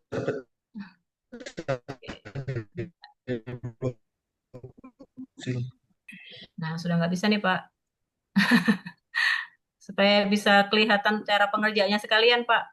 Ya, sudah cukup, Bu. Usah. Oke.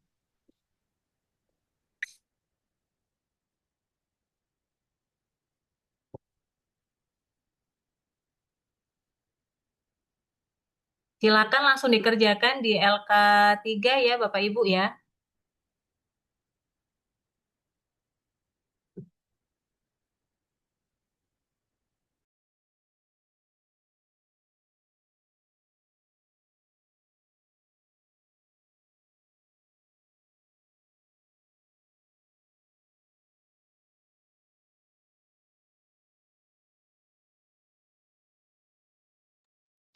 Di poin 1 itu nggak usah diisi pengadaan bahan halal itu. Diisi Pak, masing-masing poin ini harus isi. Bapak harus isi hasil pengawasan terhadap pengadaan bahan halal itu seperti apa. Oh. Ya. Contoh ya.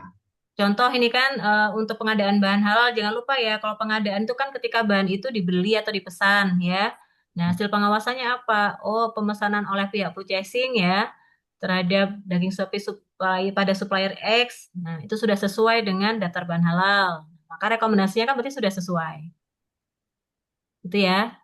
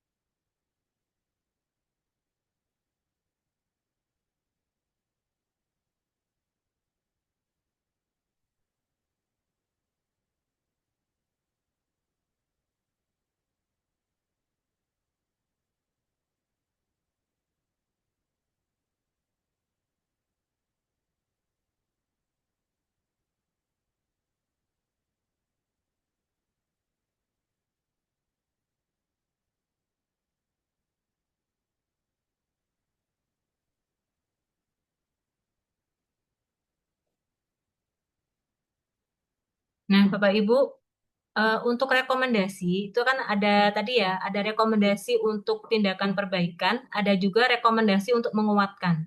Jadi kalau misalkan sudah sesuai, Bapak Ibu tetap harus diingatkan ya, bahwa rekomendasinya walaupun sudah sesuai dengan standar pelaksanaannya, jangan lupa untuk selalu mengacu sesuai dengan SOP atau prosedur. Seperti itu Bapak Ibu. Jadi rekomendasi itu tidak hanya untuk dilakukan untuk tindakan perbaikan, namun juga untuk lebih memperkuat ya supaya pihak pelaksana supaya karyawan tuh tetap mengacu kepada SOP atau prosedur yang sudah dibuat atau ditetapkan.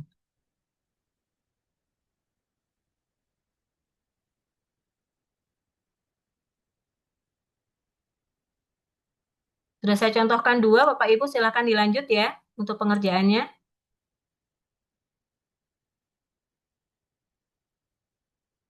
Baik, Bu. Iya.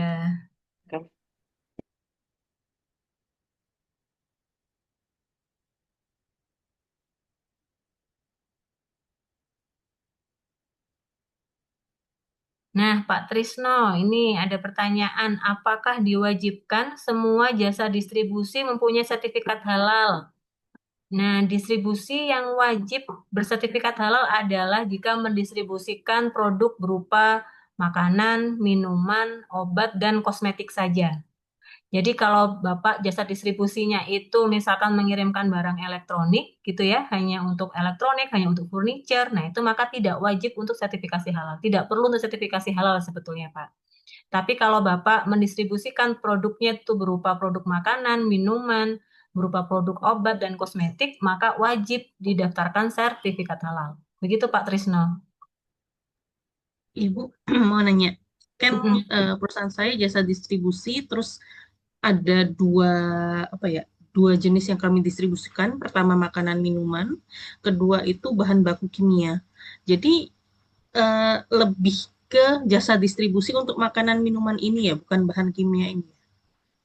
Bahan kimianya kalau misalkan bahan kimia untuk nantinya dipergunakan sebagai ini salah satu dari obat kosmetik, makan minuman juga masih bisa, Bu. Oh gitu ya, Bu. Heeh. Jadi intinya penggunaan bahan atau produk yang Bapak Ibu kirimkan itu ada hubungannya atau akan digunakan sebagai produk untuk makanan, minuman, obat, dan kosmetik. Begitu, Bu. Oke, oke, oke. Baik, Bu. Iya, Terima kasih. iya, sama-sama.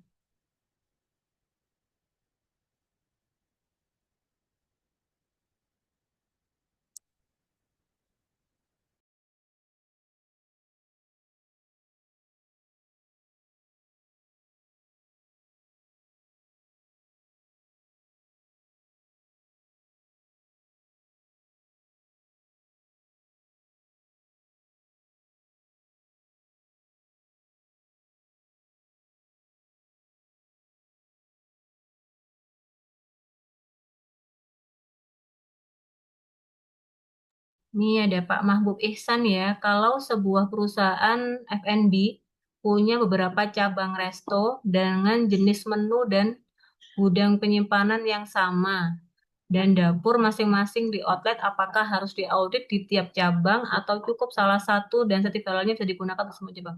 Oke, ruang lingkup audit itu harus setiap ini Bapak, setiap tempat ya, termasuk juga gudang sewa, termasuk outlet, termasuk cabang, termasuk jika menggunakan dapur atau central kitchen yang lokasinya terpisah dari ini sarana produksinya, itu harus masuk ke dalam lingkup yang diaudit, harus juga didaftarkan juga.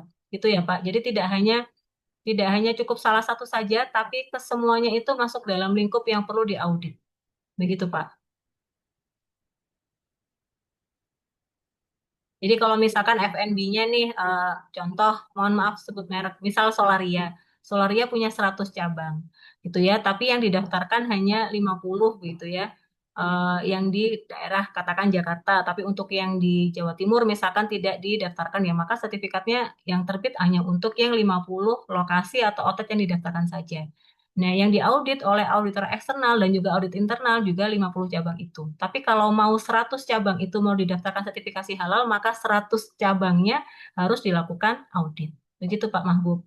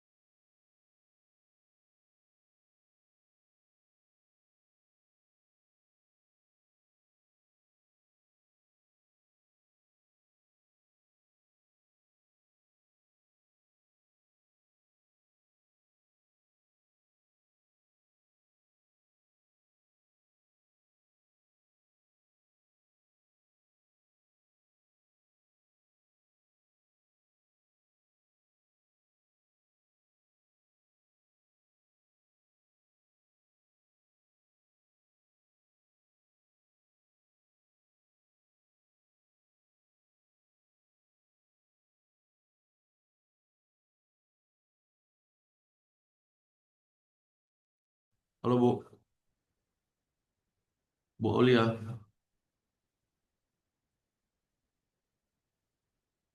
Mau tanya Bu, Bu, Ya, bukannya Pak. bakon itu identik dengan daging babi ya Bu? Nah, itu sudah temuan tuh, Pak. Sudah temuan berarti kan? Jadi harus diapakan kalau Bapak kan sudah mengetahui oh ternyata penamaan bacon itu tidak boleh gitu ya.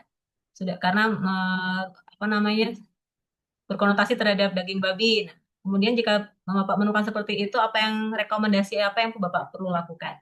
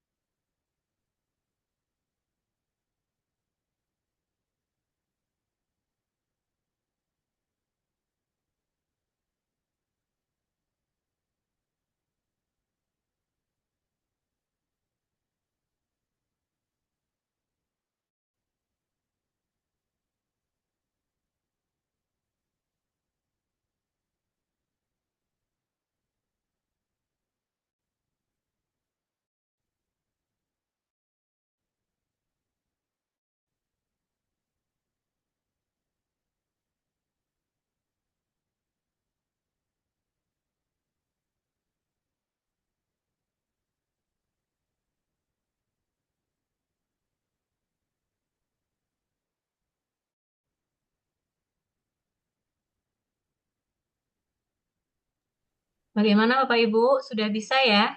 Ada kendala tidak? Jadi kalau tadi kan Pak Denny sudah menemukan ketidaksesuaian pada proses pengembangan produk ya.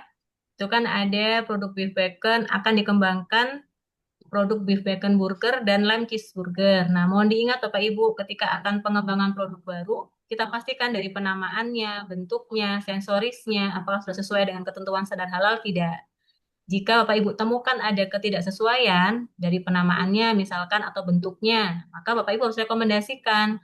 Bisa rekomendasikan untuk perubahan nama baconnya menjadi nama apa ya yang tidak merujuk kepada yang diharamkan. Gitu ya, setelah sesuai baru boleh ini di launching produknya. Pastikan juga daftar bahannya, bahan yang dipergunakan untuk produksi produk baru itu sudah sesuai dengan daftar bahan halal. Jika sudah sesuai semua baru boleh dirilis atau di launching, ya.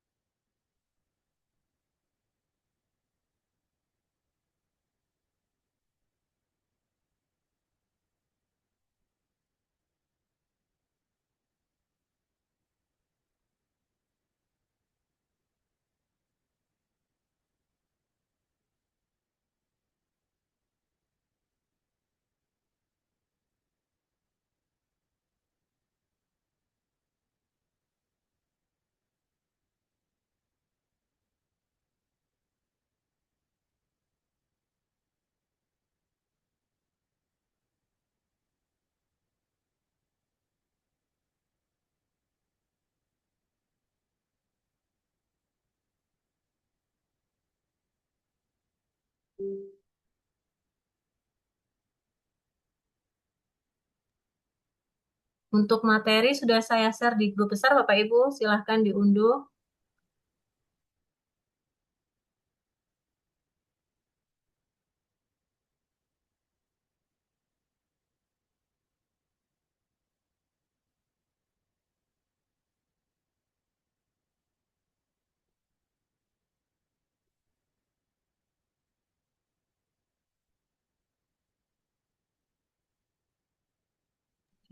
Bapak Ibu untuk yang hari, tanggal, dan waktu jangan lupa diisi ya.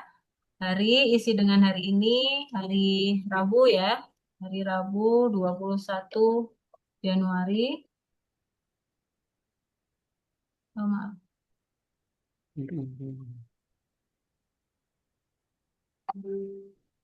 Waktu misalkan ya, ya. Ibu Jinanya boleh ke Bu? Boleh silakan Pak. Silakan Pak. Silakan Pak. Iya, ini di bagian, halo, di bagian pengembangan produk, sorry, di bagian penanganan produk. Ini kalau misalnya masalah transportasi, ini kan dia berencana untuk pakai vendor ya.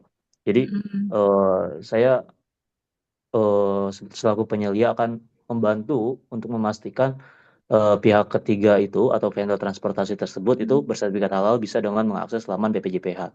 Nah, Betul. terus kalau misalnya pihak transportasi atau vendor tersebut belum bersertifikat halal, apakah bisa ya kita bantu untuk memastikan aja bahwa fasilitas atau alat transportasi yang digunakan itu memang bersih dan memang terhindar dari yang Kontaminasi najis gitu ya, potensi-potensi Pak, ya? kontaminasi najis itu cukup gak ya? Boleh Pak, jadi kalau misalkan kan memang masih belum banyak jasa distribusi yang sudah bersertifikat halal. Jadi jika ada kendala masih belum menemukan yang belum bersertifikat halal, ya langkah selanjutnya Bapak bisa buatkan seperti perjanjian begitu ya Pak ya, perjanjian seperti apa ya, MOU begitu. MOU dengan si jasa transporter memastikan bahwa dalam pengiriman produk itu dipastikan kebersihan dan kesuciannya seperti itu dan tidak bercampur untuk pengiriman dengan produk yang non halal. Gitu Pak. Ya, terima kasih. Sama-sama. Bu, maaf Bu, mau tanya juga. Kalau Monggo yang Pak. tadi barusan itu yang dibilang transportasi ya. Kalau Oh saya kan iya, lebih tadi cenderung, transportasi tadi bukan masuk ke penanganan bahan ya Bapak Ibu. ya Kalau transportasi masuk ke mana? penanganan produk ya, bukan Produk transportasi itu masuk ke penanganan produk atau proses produk halal? proses produk. Proses ya Pak, iya. Ya, Masuk ke proses. ya. Silakan dilanjut Pak Arif. Itu kalau saya kan lebih kalau saya kan masukinnya tidak sesuai ya. Kalau saya lebih lebih ke perusahaan menyiapkan armada sendiri, sehingga Oke, kalau boleh, boleh, supir boleh. dan keneknya itu mempunyai karyawan dari perusahaan tersebut, sehingga lebih mempunyai tanggung jawab terhadap barang di perusahaannya kalau saya begitu. Boleh Pak, boleh. Karena Jadi kan kadang-kadang kalau dipakai pihak ketiga itu kan cuman yang disewa, dia tidak peduli, tidak menjaga kualitas dari barang itu. Kalau saya Nah, seperti tapi itu. makanya Pak, kalau misalkan menggunakan jasa transporter pihak ketiga, itu harus dipastikan yang pertama prioritas pertama adalah pemilih yang sudah punya SH, gitu ya, itu prioritas Ya, pertama. Namun jika ada kendala tidak menemukan jasa transporter pihak ketiga yang sudah ber-SH, ya kita punya opsi lain gitu Pak. gitu Kita ya. kunci, kita kuatkan dengan ini, buat MOU, perjanjian kerjasama, gitu ya. Supaya mereka juga mempunyai tanggung jawab ketika mengirimkan produk dari kita, itu selalu dibedakan armadanya, tidak dicampur dengan produk yang non halal, itu yang pertama. Lalu dijaga kebersihan dan kesucian dari armada yang digunakan untuk pengiriman. Gitu sih Pak. Oke, Tapi untuk Bapak, langkah Bapak yang tadi yang menggunakan internal ini, truk juga itu juga nggak apa-apa Pak, nggak apa-apa. Baik, baik, baik. Iya. Oke, terima kasih Oke, Bu ya. sama-sama Pak Arif. Oke, baik Bapak Ibu, sudah insya Allah sih sudah paham semua ya Bapak Ibu ya untuk pengisian LK3 ya. Nanti untuk tugas LK3 Bapak Ibu di-uploadnya di tugas 2. Jadi tugas 2 itu nanti isinya LK3 dan LK4 ya. Untuk LK3 nanti uploadnya jangan lupa di tugas 2. Kalau sudah selesai langsung saja di-upload Bapak Ibu ya. Karena nanti akan direview, akan dinilai juga langsung oleh fasilitator. Baik, Bapak Ibu, sudah pukul 8.59. Alhamdulillah kita sudah selesaikan materi untuk unit kompetensi yang ketiga ya, mengawasi bahan, proses, dan produk halal sudah saya sampaikan. Untuk tugas juga sudah saya contohkan untuk pengerjaannya. Semoga Bapak Ibu tidak ada kesulitan dan kendala dalam penyelesaian tugasnya. Demikian Bapak Ibu, terima kasih sekali untuk partisipasi aktif selama sesi materi saya. Semoga materi yang saya sampaikan bermanfaat untuk Bapak Ibu. Demikian, terima kasih dan mohon maaf jika ada kekurangan dalam penyampaian materi. Akhirul kalam, wassalamualaikum warahmatullahi wabarakatuh. Waalaikumsalam. Selanjutnya saya kembalikan kepada